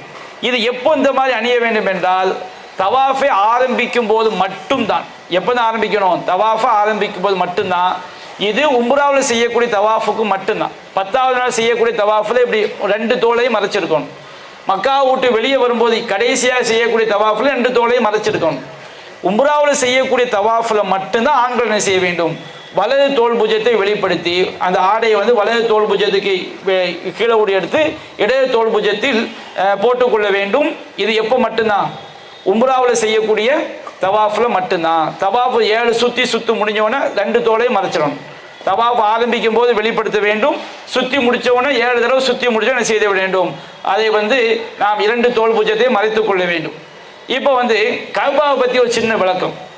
இப்போ கஅபத்துல்லாஹ்க்கு முன்னாடி ஒரு வளையம் இருக்குது பாருங்க. இந்த வளையத்துக்கு பேர் ஹிஜ்ர். இதுவும் சேர்ந்து தான் கஅபா. இப்ராஹிம் நபி கஅபாவை கட்டும்போது கஅபாக்கு 2 மூலை தான், 4 மூலை கிடையாது. ஹஜ்ருல் அஸ்வத் மூலை, அந்த ஒரு ரெட் கலர் புள்ளி இருக்கு பாருங்க, அது கீழே உள்ளது ஹஜ்ருல் அஸ்வத். ஹஜ்ருல் அஸ்வத்துக்கு நேர் எதிர்ப்பா உள்ளது 9வது நம்பர் இருக்கு பாருங்க. 9ஆம் நம்பர் வந்து ருக்னுல் யமானி. இப்போ அந்த 5ஆம் நம்பர் இருக்கு பாருங்க, 5ஆம் நம்பர் தான் ஹிஜ்ர். இப்ராஹிம் நபி கட்டும் போது கஅபாவுடைய வடிவம் 2 மூலை இப்படி இந்த வடிவத்தில் என்ன செஞ்சது இருந்துச்சு. மக்காவில் நபிகள் நாயகம் ஸல்லல்லாஹு அலைஹி வஸல்லம் அவங்க நபியாகிறதுக்கு முன்னாடி மக்கா குறைஷிகள் கஅபாவை கட்டும்போது அவங்கள்ட்ட பொருளாதாரம் இல்லைங்கிறதுனால கொஞ்சம் பகுதியை விட்டுட்டு 4 மூலையை வச்சு என்ன செஞ்சிட்டாங்க, கட்டிட்டாங்க. கஅபா இப்ராஹிம் நபி கட்ட எப்படி தான் கட்டினாங்க, அந்த ஹிஜ்ர் பகுதி, ஹிஜ்ர்னா வளையம், அந்த வளையத்தையும் சேர்த்து தான் கஅபா இருந்துச்சு. கஅபாவுக்கு 2 மூலை, அந்த ரெட் கலர் இருக்கு ஹஜ்ருல் அஸ்வத். அந்த ஹஜ்ருல் அஸ்வத் நேரம் ஒரு கோடு போட்டிருக்கு பாருங்க, 13ஆம் நம்பர். அந்த கோடு வந்து கஅபாவுடைய தரையில் போட்டிருப்பாங்க. 9ஆம் நம்பர் வந்து ருக்னுல் யமானி, அது யமன் நாட்டை நோக்கி என்ன செய்யுது இருக்குது. 5ஆம் நம்பர் வந்து அது ஹிஜ்ர். அதே போன்று 7ஆம் நம்பர் இருக்கு பாருங்க, அது வந்து மக்காம் இப்ராஹிம். மக்காம் இப்ராஹிம் என்று சொல்லக்கூடிய அந்த கல். இப்போ நாம தவாஃபை துவக்கும் போது எங்கேருந்து துவக்கணும்னு சொன்னோம்னா ஹஜ்ருல் அஸ்வத்திலிருந்து என்ன செய்ய வேண்டும், துவக்க வேண்டும். ஹஜ்ருல் அஸ்வத் கல், அந்த ஒரு பச்சை கலர் கோடு போட்டிருக்குல்ல, இது நீங்கள் கஅபாக்குள்ளே போனால் அந்த பெரிய அந்த மைதானத்தில் கோடு போட்டிருப்பாங்க. அந்த ஹஜ்ருல் அஸ்வத்தில் வந்து நாம் உள்ளே போய் அந்த ஹஜ்ருல் அஸ்வத்தை நம்மால் வாயால் முத்தமிட முடியும் என்றால் முத்தமிடலாம். பிஸ்மில்லான்னு சொல்லி வாயை வச்சு முத்தமிடலாம். ஆனால் அதுக்கு பெரும்பாலும் வாய்ப்பு கிடையாது. கையை வச்சு தொட்டு அந்த கையை என்ன செய்யலாம், முத்தமிடலாம். அல்லது கம்பால் அந்த ஹஜ்ருல் அஸ்வத்தை தொட்டு அந்த கம்பை என்ன செய்யலாம், முத்தமிடலாம். இதற்கு எதுக்குமே வாய்ப்பில்லை என்றால் அந்த ஹஜ்ருல் அஸ்வத்தை நோக்கி அல்லாஹ் அக்பர் இஷாரா பண்ணால் போதும். அந்த கல்லுக்கு நேரம் அந்த கோடு இருக்குது பாருங்க, அங்கே நின்று அந்த ஹஜ்ருல் அஸ்வத் நோக்கி அல்லாஹ் அக்பர் இஷாரா பண்ணாமல் முத்தமிடக்கூடாது. முத்தமிடுவது எப்போ தான் செய்யலாம், ஒன்று கையை வச்சு தொட்டு முத்தமிடலாம், அல்லது நமக்கு வாயை வச்சு நேரடியாக முத்தமிட இருந்தால் முத்தமிடலாம், அல்லது ஒரு கம்பை வைத்து தொட்டு அந்த கம்பையை முத்தமிடலாம், அல்லது ஒரு துணியை வச்சு தொட்டு முத்தமிடலாம். ஆனால் முத்தமிட வாய்ப்பில்லை என்று சொன்னால் நம்ம தூரமாக இருந்து அல்லாஹ் அக்பர் இஷாரா பண்ணுறோம். அப்போ நம்ம தவாஃப் ஆரம்பிக்கும் போது அந்த ஹஜ்ருல் அஸ்வத்துக்கு நேரம் அந்த கோட்டில் நின்று கொண்டு நாம் ஹஜ்ருல் அஸ்வத்தை முத்தமிட வாய்ப்பில்லை என்றால் பிஸ்மில்லா அப்படின்னு சொல்லிட்டு ஹஜ்ருல் அஸ்வத்தை நோக்கி கையை உயர்த்தி அல்லாஹ் அக்பர் அப்படின்னு சொல்லி நம்ம என்ன செய்கிறோம், தவாஃபை வந்து ஆரம்பிக்கிறோம். நாம் தவாஃப் செய்யும்போது அந்த ஹிஜ்ரையும் சேர்த்து தான் சுற்றணும். ஏன்னா கஅபாங்கிறது அந்த ஹிஜ்ர், அந்த வளையம் இருக்கு பாருங்க, அதுவும் சேர்ந்து தான் கஅபா, அதுக்கு உள்ளே போயிடக்கூடாது. அந்த ஹிஜ்ரையும் சேர்த்து தான் என்ன செய்ய வேண்டும், நாம் வந்து சுற்ற வேண்டும். அப்போது நாம் வந்து ஹஜ்ருல் அஸ்வத்திலேருந்து நம்ம என்ன செய்கிறோம், தவாஃபை வந்து துவக்கிறோம், முத்தமிடுறோம். அதே போன்று ஹஜருல் அஸ்வதுக்கு முந்தைய மூலை 9ஆம் நம்பர் சொன்னமா இல்லைங்களா, அந்த 9ஆம் நம்பர் மூலை வந்து ருக்குனுல் யமானி. அந்த ருக்குனுல் யமானி வந்து அந்த தவாப் செய்யும்போது அந்த மூலையை தொடலாம், அந்த மூலையை தொடலாம், முத்தமிடக்கூடாது. தொட வாய்ப்பு தான் வச்சுக்கிடுங்க, எதுவுமே செய்யக்கூடாது. அதாவது நாம் தவாப் செஞ்சு வரும்போது ருக்குனுல் யமானி அந்த மூலை 9ஆம் நம்பர் மூலையை வந்து கையை வைத்து தொட வாய்ப்பு இருந்தால் தொடுவது சுன்னத், அதை கையை வச்சு தொட்டுக்கலாம். கையை வச்சு தொட்டுட்டு முத்தமிடலாமான்னு முத்தமிடக்கூடாது. ஹஜருல் அஸ்வத் தான் கையை வச்சு தொட்டு என்ன செய்யலாம், முத்தமிடலாம். அந்த ருக்குனுல் யமானியை வந்து தொட வாய்ப்பு இல்லைன்னா எதுவுமே செய்யக்கூடாது, அப்படி என்ன செய்துவிட வேண்டும், வந்துவிட வேண்டும். ஹஜருல் அஸ்வத்தை தான் நம்ம தொட வாய்ப்பு இல்லாட்டா அதை நோக்கி என்ன செய்வோம், அல்லாஹ் அக்பர் சொல்லி இஷாரா பண்ணுவோம். ருக்குனுல் யமானிக்கு என்ன செய்யலாம், அதை தொடலாமே, தொட வாய்ப்பு இருந்தால் தொடலாமே தவிர அதை என்ன செய்யக்கூடாது, முத்தமிடக்கூடாது. அதே மாதிரி நாம் ஏற்கனவே சொன்ன மாதிரி தவாஃபுல் குதூம்ல மட்டும் முதல் 3 சுற்றுக்கள் குதித்து சுற்ற வேண்டும்.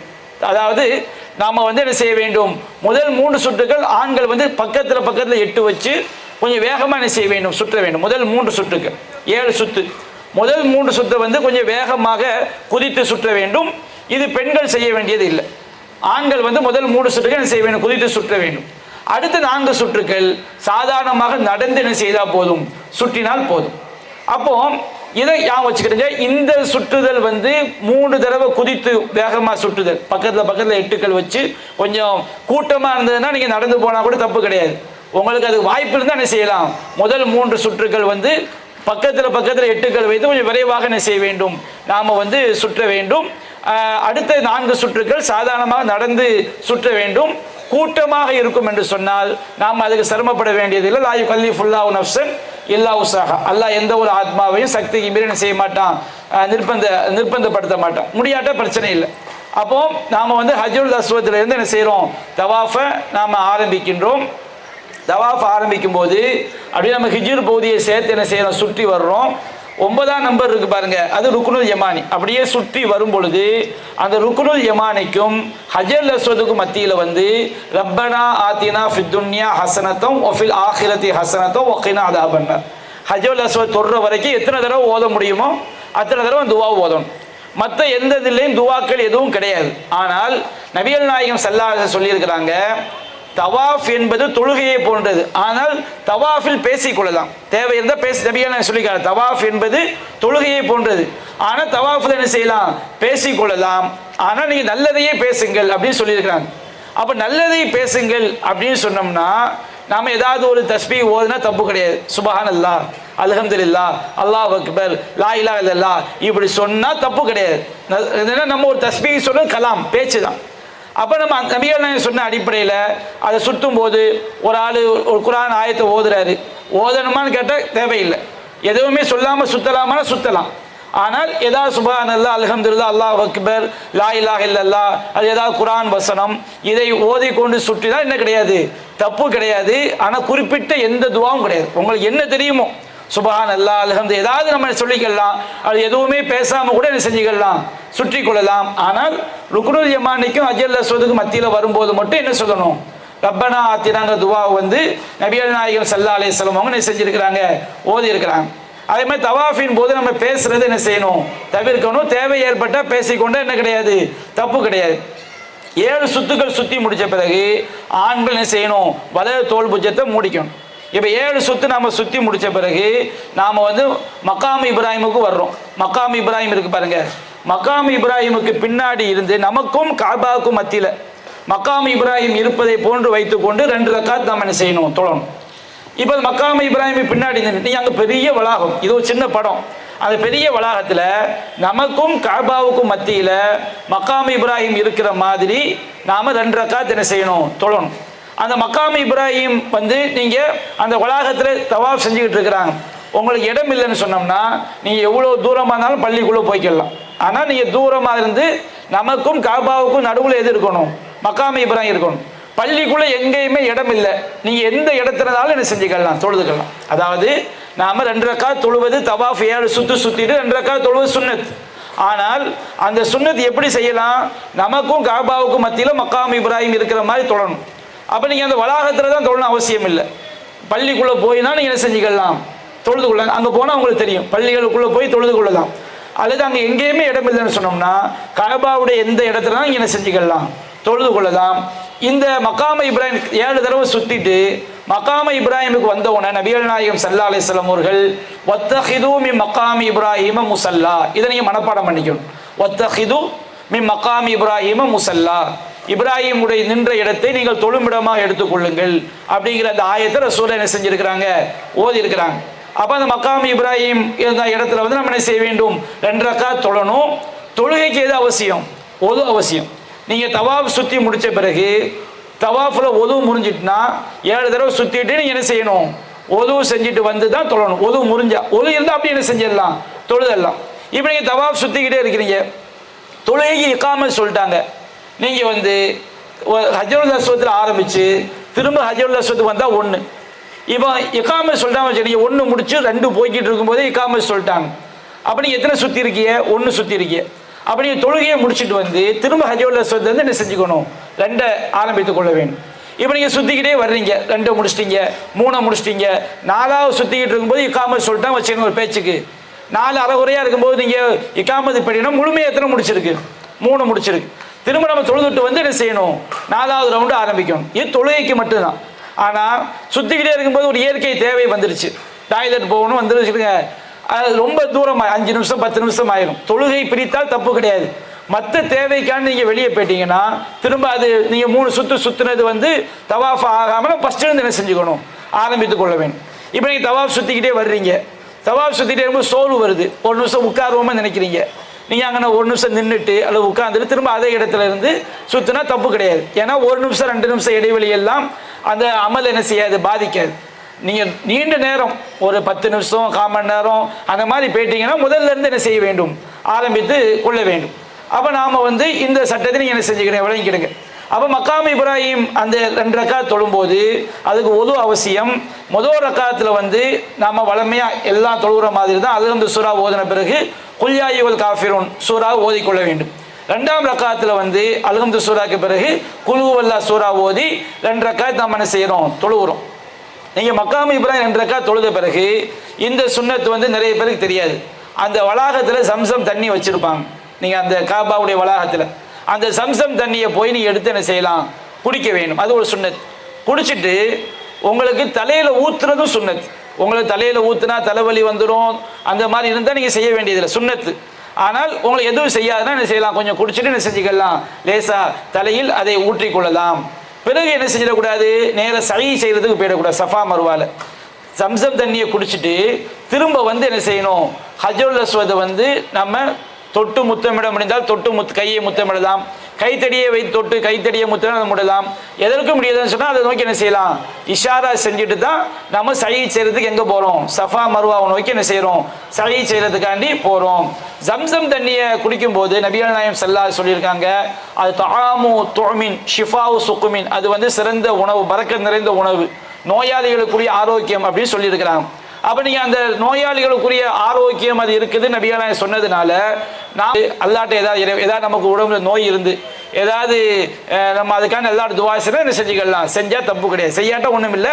நபிகள் நாயகம் ஸல்லல்லாஹு அலைஹி வஸல்லம் அவர்கள் ஷிஃபாவு சுக்குமின், நோயாளிகளுக்கு அது மருந்துன்னு சொன்னதுனால நம்ம உடம்புல ஏதாவது நோய் இருந்தால் அந்த தண்ணியை குடித்து விட்டு இறைவா எனக்கு இந்த நோயை குணப்படுத்த நம்ம என்ன செஞ்சுக்கலாம், அல்லாட்ட கேட்டுக்கொள்ளலாம். அடுத்து வந்து இப்போ நாம் வந்து தவாஃபுடைய விஷயங்களை பார்த்துட்டோம். தவாஃப் என்பது ஹஜ்ருல் அஸ்வத்திலிருந்து ஆரம்பிக்கும். நாம் வந்து அதை முத்தமிடலாம், வாயால் முத்தமிடலாம், அல்லது கையால் தொட்டு கையை முத்தமிடலாம், அல்லது நாம் என்ன செய்யலாம், கைத்தடியால் தொட்டு கைத்தடியை முத்தமிடலாம், அல்லது அதை நோக்கி இஷாரா செய்ய வேண்டும். அப்போ நம்ம தவாஃப் ஆரம்பிக்கும் போது ஹஜ்ருல் அஸ்வத்துக்கு நேராக நின்று பிஸ்மில்லான்னு சொல்லி அல்லாஹ் அக்பர் இஷாரா செஞ்சு சுத்த ஆரம்பிக்கிறோம். ஆண்கள் வந்து உம்ராவுடைய தவாஃபின் போது மட்டும் வலது தோள் புஜத்தை வெளிப்படுத்தி கொள்ள வேண்டும். முதல் 3 சுற்றை என்ன செய்ய வேண்டும், நன்றாக குதித்து அருகருகே எட்டுக்கள் வைத்து குதித்து சுற்ற வேண்டும். அடுத்த 4 சுற்றுக்களை நடந்து சுற்ற வேண்டும். ஹஜ்ருல் அஸ்வத்திலிருந்து திரும்ப ஹஜ்ருல் அஸ்வத் வருவதில் 1 சுற்று. ருக்குனுல் யமானிக்கும் ஹஜ்ருல் அஸ்வதுக்கும் மத்திய ரப்பனா ஆத்தினா ஃபித் துன்யா ஹஸனத்தோ வ ஃபில் ஆখিরাতি ஹஸனத்தோ வ கினா அஸாபன்னார் அப்படிங்கிற துஆவை நாம் ஓதிக்கொள்ள வேண்டும். 7 சுற்றுகள் சுற்றி முடித்த பிறகு நாம மக்காம இப்ராஹிம், நமக்கும் காபாவிற்கு மத்தியில் மக்காம இப்ராஹிம் இருக்கிற மாதிரி 2 ரக்காத் தொழ வேண்டும். முதல் ரக்காத்தில் குல் யா அய்யுஹல் காஃபிரூன் ஓதணும்.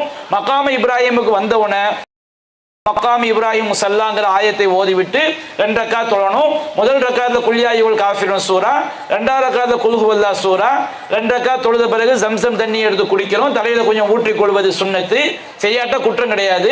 அடுத்து நாம் என்ன செய்யறோம், திரும்ப ஹஜ்ருல் அஸ்வதுக்கு இஷாரா செய்து விட்டு எங்க நோக்கி போறோம், சயி செய்வதற்காக நாம் என்ன செய்கிறோம். இப்போ சயிங்கிறது நம்ம தவாஃபுல் குதூமை நிறைவேற்றிட்டு நம்ம சஃபா மருவாவில் 7 தடவை ஓடணும். 7 தடவைனா சஃபா டு மருவா 1, மருவா டு சஃபா 2, இப்படி என்ன செய்யணும், ஓடணும்.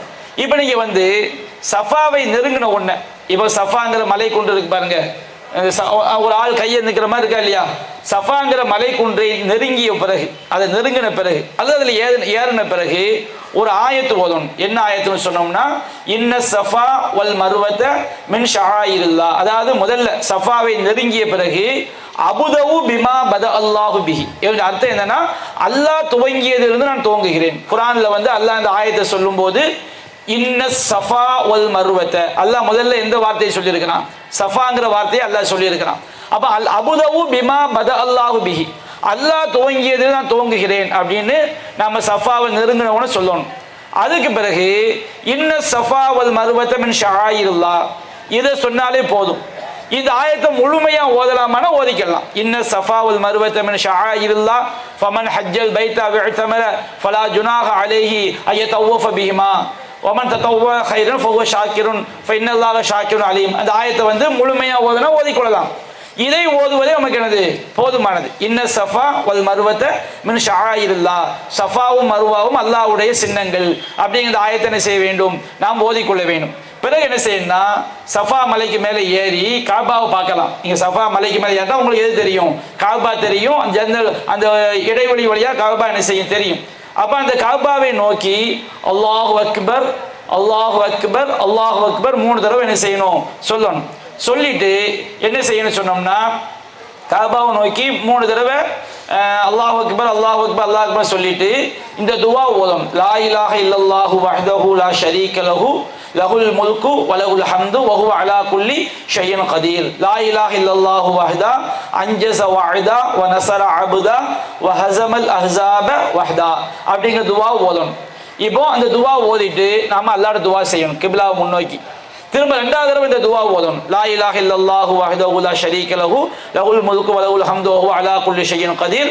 லா இலாஹ இல்லல்லாஹு வஹ்தா அன்ஜஸ வஅதா வ நஸர அப்தா வ ஹஸமல் அஹ்ஸாப வஹ்தா துவா ஓதிட்டு திரும்ப துவா செய்யணும். திரும்ப 3வது தடவை இந்த துவா ஓதிட்டு திரும்ப கிப்லாவை முன்னோக்கி துவா செய்யணும். நமக்கு என்னென்ன தேவையோ எல்லா தேவையும் அல்லாஹ்ட்ட கேட்கணும். இப்படி